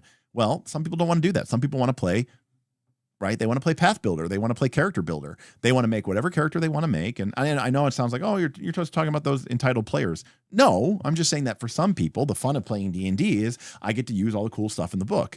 And when you say, well, half the stuff in the book you can't use, but you could be a wizard, but if anyone ever finds out you're casting a spell, they're going to kill you. Even the common folk in the street are going to drag you out into the, street and bash your head in with a rock. That's not necessarily what everybody signed up for. We had a super chat come in from Booster. Thank you, Booster. Thanks for providing an overview of Dark Sun. I always like this setting. Since the environment of Dark Sun is such an adversary, are there ways to reverse the damage to the player, similar to Paul in Dune, the Lisan al-Gaib?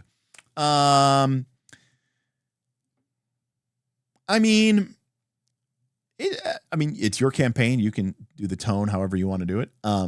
Generally speaking, because even in Dune, let me be very clear here about that Fooster. The green paradise that Paul brings to Arrakis takes hundreds, if not thousands, of years. It's not something they do overnight. It is a very, very slow ecological change that they enact.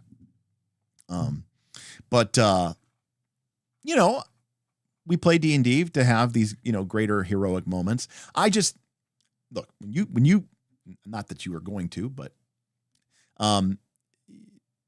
if your group plays through Dark Sun, you might reasonably assume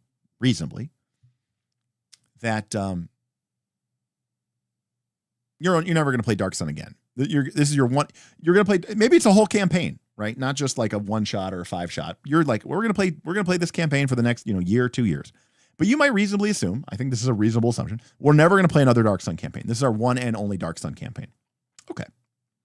You could, right, make your campaign setting, or you make your campaign, your one go through for Dark Sun. You guys just, kicking Sorcerer King ass and taking names, and you just take out the cities one by one by one by one by one, and at the end of the campaign there's some uber big huge mega fight versus some god in space or something like that, and it restores the sun to life and energy floods through and the world's a paradise, and it's the happy ending. Da, da, da, da, da, da, da, da. You guys are dancing with the Ewoks, do do do do do do da, da, da, da, da, da, da, da. And it's like the biggest thing, right? It's like the coolest thing that you want to do. You could do that. That's within your power, and I can understand the temptation.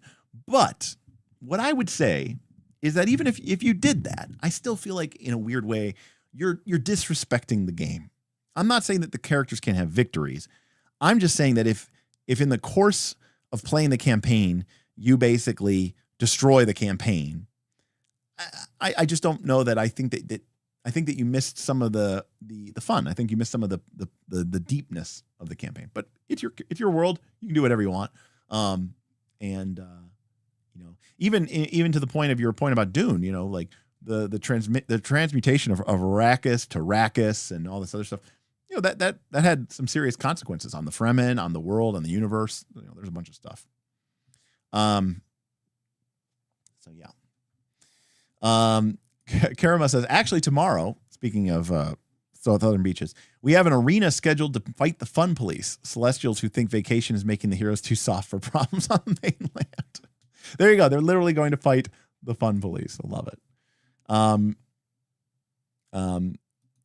Tim says, unlike L5R, where our man is super famous for using magic, except Tim, you mean Forbidden Lands, not Legend of the Five Rings. Oops, wrong game. That's fine, buddy. I don't blame you for getting it wrong.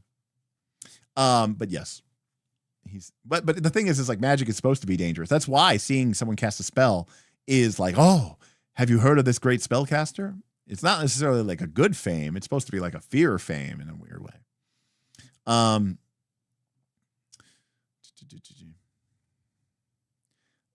Donnie's in here dropping freaking campaign plot bombs. Not that it matters. I mean, 30 years old.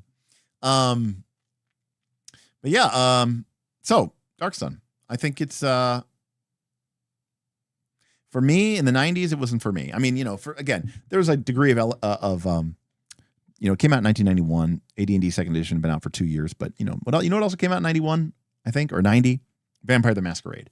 You know, the early 90s was an edgy time, you know, and if you look at Dark Sun, Ravenloft Adventure, but they made a Ravenloft campaign setting in the 90s. Planescape, you know, these were all fairly weird, edgy campaign settings. Dark Sun, obviously, right? And, you know, there was definitely a vibe going on, which was, you know, to kind of spit on the high fantasy Tolkien Dragonlance kind of style of gameplay, which was kind of seen to be, you know, too straight edge, right? And too like safe. And, you know, the real hardcore, yeah, very grungy, you know, the grunge era of gaming. And Dark Sun, it fit right into there, you know? And so, you know, it was a product of its time. But like I said, I mean, there's also definitely some storytelling to be done there. But, you know, Dark Sun's a world where, you know, your character could have been a former slave who has only ever known life in the battle, you know, in the arena. And then, you know, he killed his master and now he's on the run and he's sworn revenge against the Templars. And, you know, that's a really cool story, but it is, you know, it's a mature one, and it's one that has a lot of storytelling implications, but some people may not be comfortable exploring those storytelling implications. And before you go and judge people, let me just remind a lot of you in the chat, and maybe on the Discord who are watching. I know that there's a lot of people out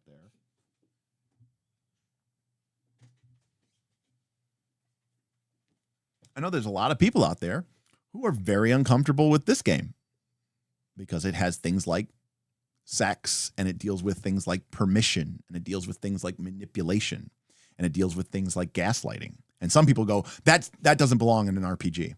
That's totally fair. Some people feel the same way about some of these topics. So you got to respect that, you know? So, you know, if you're the type of player who balks at the idea that, you know, some other PC could seduce your PC and now suddenly you're having sex with them, you know, that's the kind of space that we're operating in here. You know, not everything is for everyone. That's totally fine. But just saying, you know, make sure you have a sense of perspective, you know, because I understand that Dark Sun has a lot of baggage with it. You will never see Wizard of the Coast produce this again. It will never get done. I can't believe it got done for 4th edition, to be honest with you. I can't believe it. And, you know, it's funny. You would think 4th edition is like the big damn heroes edition, right? But it actually feels like it fits really nicely with Dark Sun because your characters are the big damn heroes because there's no other heroes in that world. You know, it's a world of very minimal heroes. You know, you're not just like bumping shoulders with 35th level characters in Waterdeep or in Absalom like you would be in most of the other campaign settings. I heard they reference Dark Sun in the new PHB. Do they? Like, would it be like in the intro?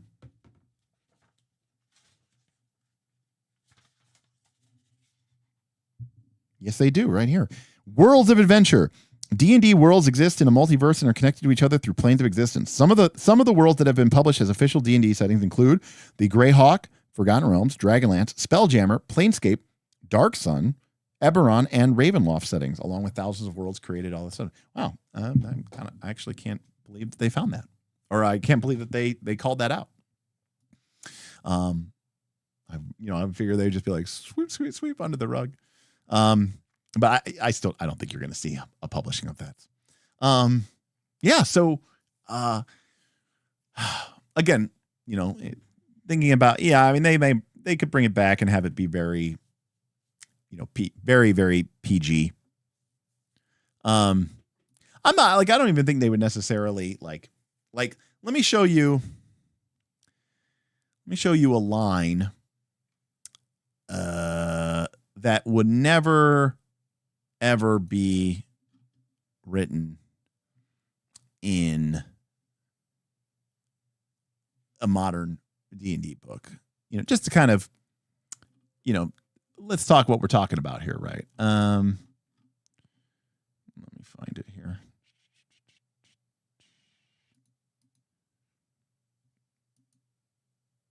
For some odd reason, my second edition campaign keeps crashing, but PDF.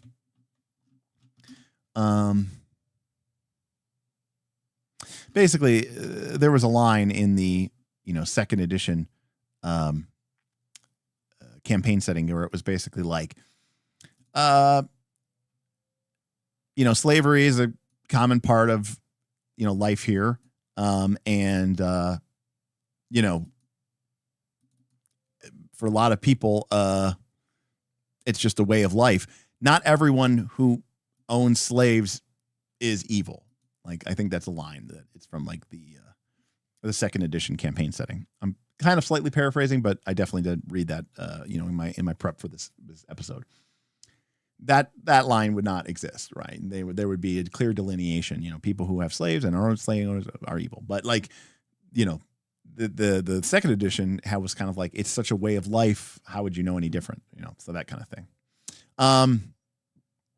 So yeah, it's got some mature topics that aren't for every group, but I do think there's a lot of coolness there. And I personally like campaigns with restrictions, and I like campaigns with,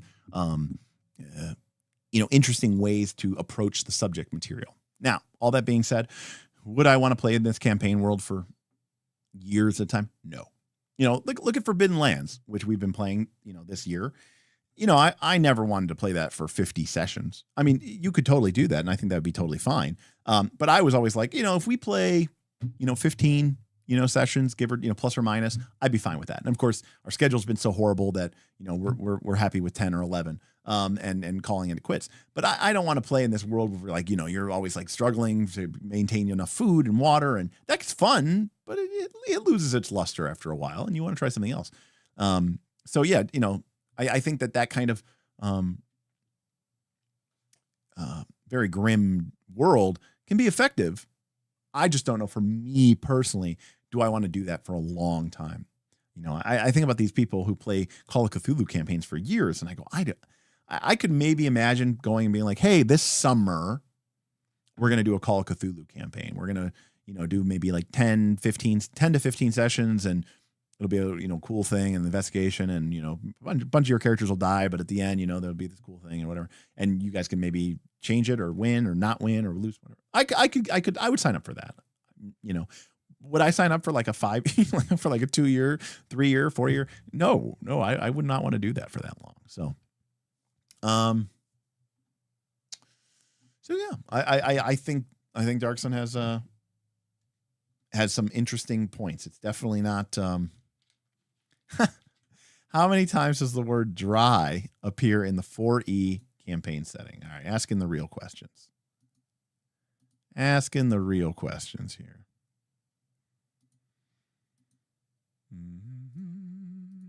All right, here we go. Dry. 1, 2, 3, 4, 5, 6, 7, 8, 9, 10, 11, 12, 13. I need to open this with a different.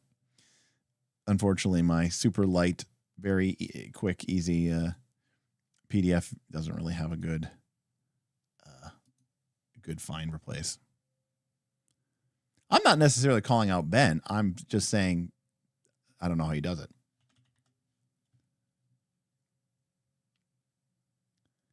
All right, we're searching. And I can tell that I can tell that I've opened Adobe Acrobat because my computer just went into overdrive. God, this PDF viewer is like the worst. Adobe Acrobat's the worst thing in the world. And I can't believe I even opened it. I don't know. My answer, I guess, is there's a lot. All right, here we go. It appears 20 times in the campaign setting book. 20 times does dry appear. Knox says, I've been running Mothership and now Alien for almost a year straight.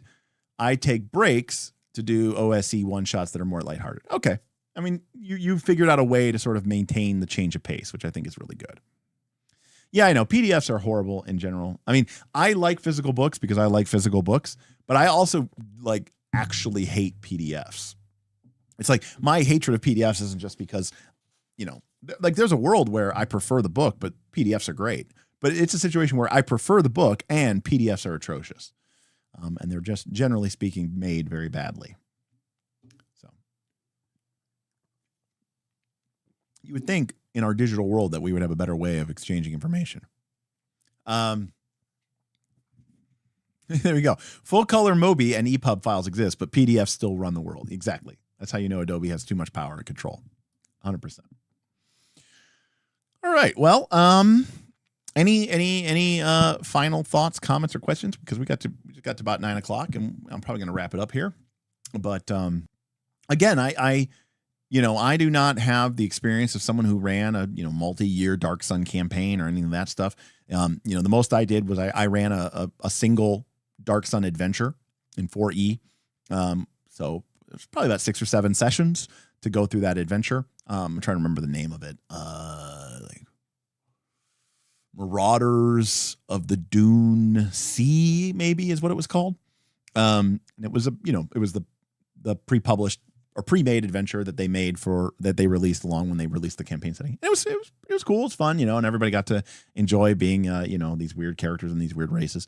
But I will say this, in a world, because I will say this, Galarian, I shit on it a lot, but I get it.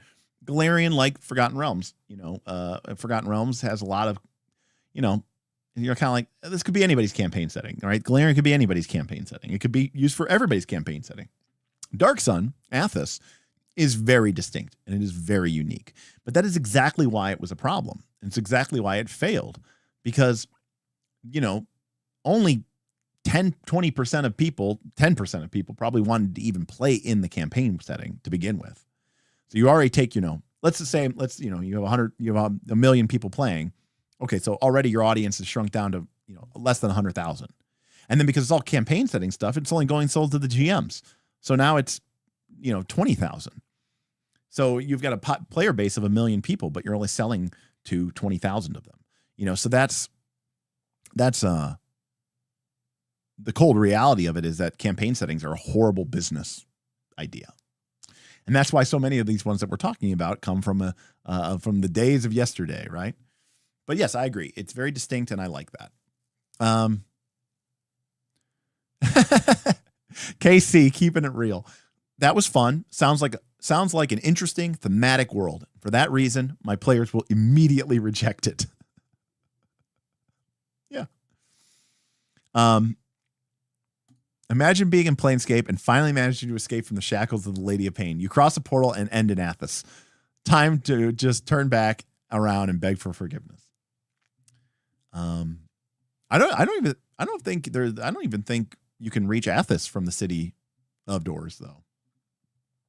I don't think there's a portal. There might be, or like maybe it's only something the Lady of Pain could do. I don't know, but I think like Athas is like cut off in the 2nd edition space. I don't even think you can get there with spell jamming.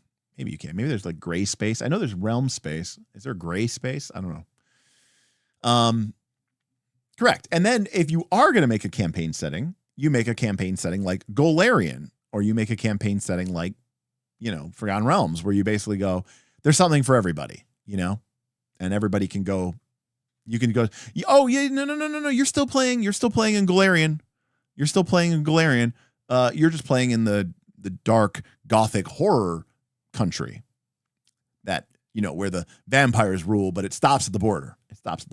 Well, what about the other campaign with the laser swords and the android people that fell from space, and the strange alien artifacts? Well, that's a different country, and it stops at the border.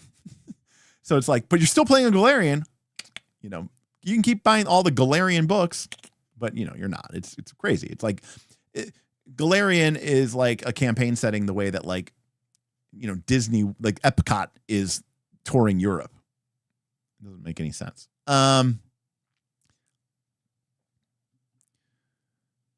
Yeah, right. Exactly. Now to be fair, the way that most adventure paths are written, you don't really leave your part of Galarian that campaign setting is set in. Like if you go to play Quest for the Frozen Flames, it is, you basically predominantly spend the entire time in the realm of the Mammoth Lords. You don't take your, primitive, following of mammoth herders people, and then suddenly, you're not plane hopping all around existence. Although you would, or you could, because you technically get access to those spells. But anyways, Earth is in Spelljammer, for crying out. Earth is official canon in Galarian too. Like the real world is canon in Galarian. We got some tech coming here. Athas's crystal sphere is red and basically impenetrable. Damien confirming that Athas and Ravenloft are both cut off. But Derek says, I think that there's gray space, but don't quote me on that though. So there's some disagreement about how accessible it is. My guess is I don't know why. But yes, here's the thing again about Galarian. I think Galarian is fine in the context of you forget about the other 95% and you just imagine that your entire campaign world or campaign setting is just this one spot, it's just this one area. But if you remember from our Eberron stream, if you want to have the kind of globe-trotting adventures and having all these people actually interacting with each other in a way that makes sense, that's where I feel like Galarian starts to fall apart when you start talking about like wide-scale nation-sized politics. Because especially in a world that has such ready access to magic and communication, the level of technology is very high in Galarian. So it doesn't really make a whole lot of sense. Fucking Anastasia Romanoff is an NPC in Galarian. There you go.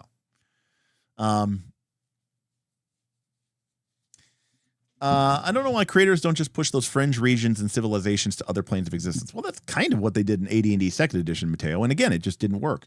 A lot of people are like, I don't want to play with the planes. And you're like, okay, well, here's a country that is full of dark gothic monsters like werewolves. And, Mateo, think about, I don't know how many people here played World of Warcraft, but like, think about like if you do like the human, right, storyline in World of Warcraft, it's like, you cross the zone line and you go from, Westfall to Darkshire, and suddenly you're in a fucking Bram Stoker novel, and you're suddenly in a dark gothic horror, and then you switch to the, East Plaguelands, you're walking around in the Arathi Highlands and everything's great. And then you walk down this kind of narrow ravine, you cross into the zone to the Eastern Plaguelands, and suddenly everything is death and dying. So it's a very gamist concept, Yes. And, that does help, admittedly, Karama. I think that helps the issue tremendously, actually. I completely agree with you on that. All right. Well, that's going to do it. So thanks, everybody, for coming in and hanging out. And hopefully everybody has a nice weekend. Not really sure what I'm going to be getting up to. We're normally, Fridays is our gaming night, but we're not playing this Friday. So I don't know what I'm going to do. Sometimes I play Magic, but I've not been I love Bloomborough. I love it, but I suck at it. I'm just terrible. I'm also just bad at Magic in general now. I used to be good, but I lost my Magic touch. And unfortunately, the next set coming out is like a weird horror set, and I have no interest in it really. So, so I don't know. But I do know this: Southern Beaches has launched our Pathfinder 2 campaign. If you want to play that, you got to be a member of our Patreon at the $10 level. But we are going to try to get our Dragontide game now that the Southern Beaches has launched. Now we can turn our attention to our other mega game that we want to get kicked off here, which is, of course, based around Dragonbane.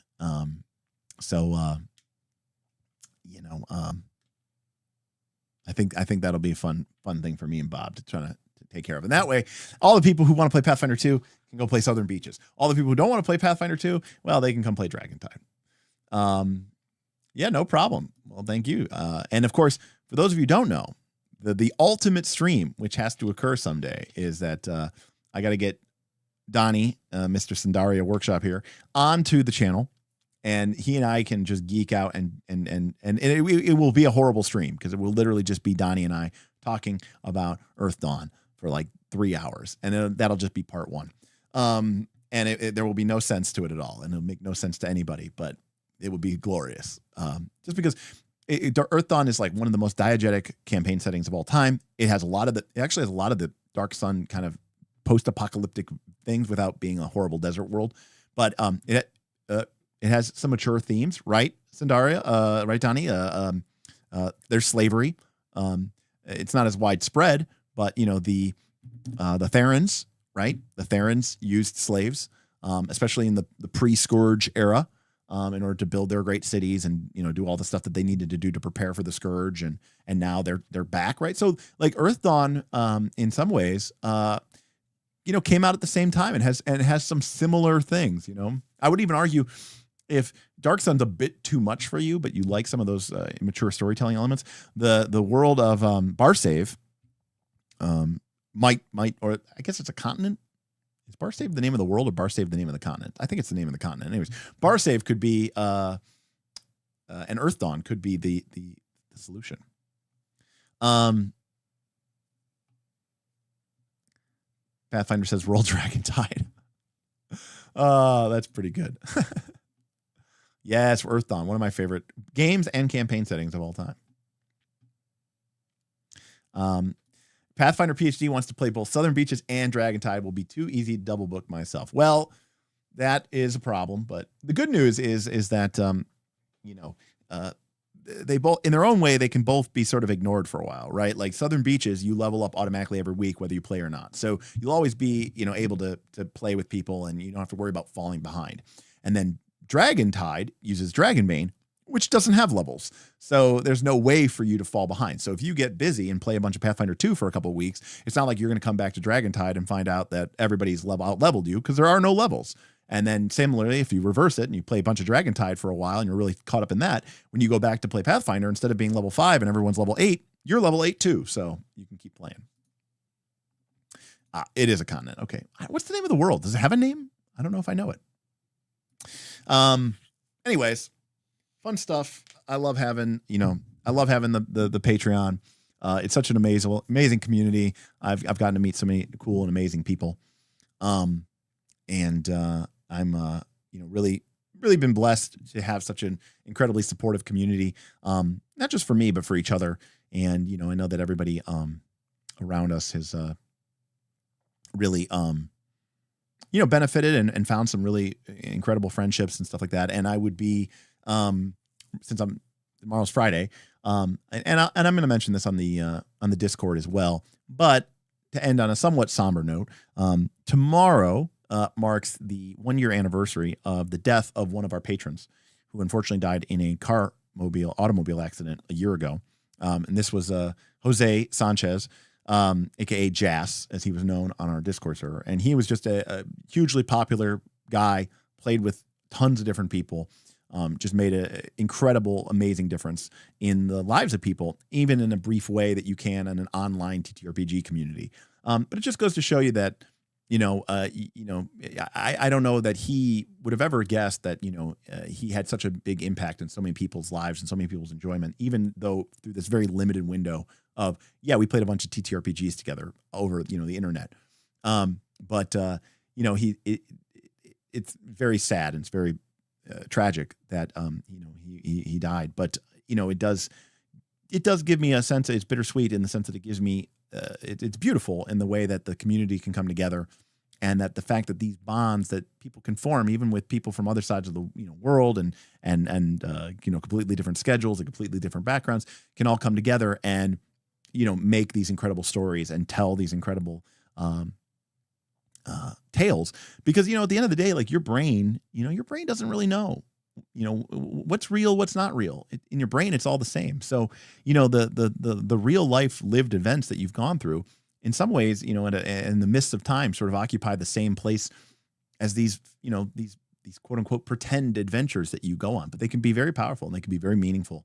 And they can shape you, and you can meet people, and you can have real change, real growth, real healing that can occur because of these silly little games that we play. And I would definitely encourage everybody, as we always like to say, you never know, which D20 roll is going to be your last, and to just to appreciate the time that you do have with the people that you do care about. So, anyways, so tomorrow, in memory of Mr. Jazz, Jose Sanchez, and again, we'll send out a nice little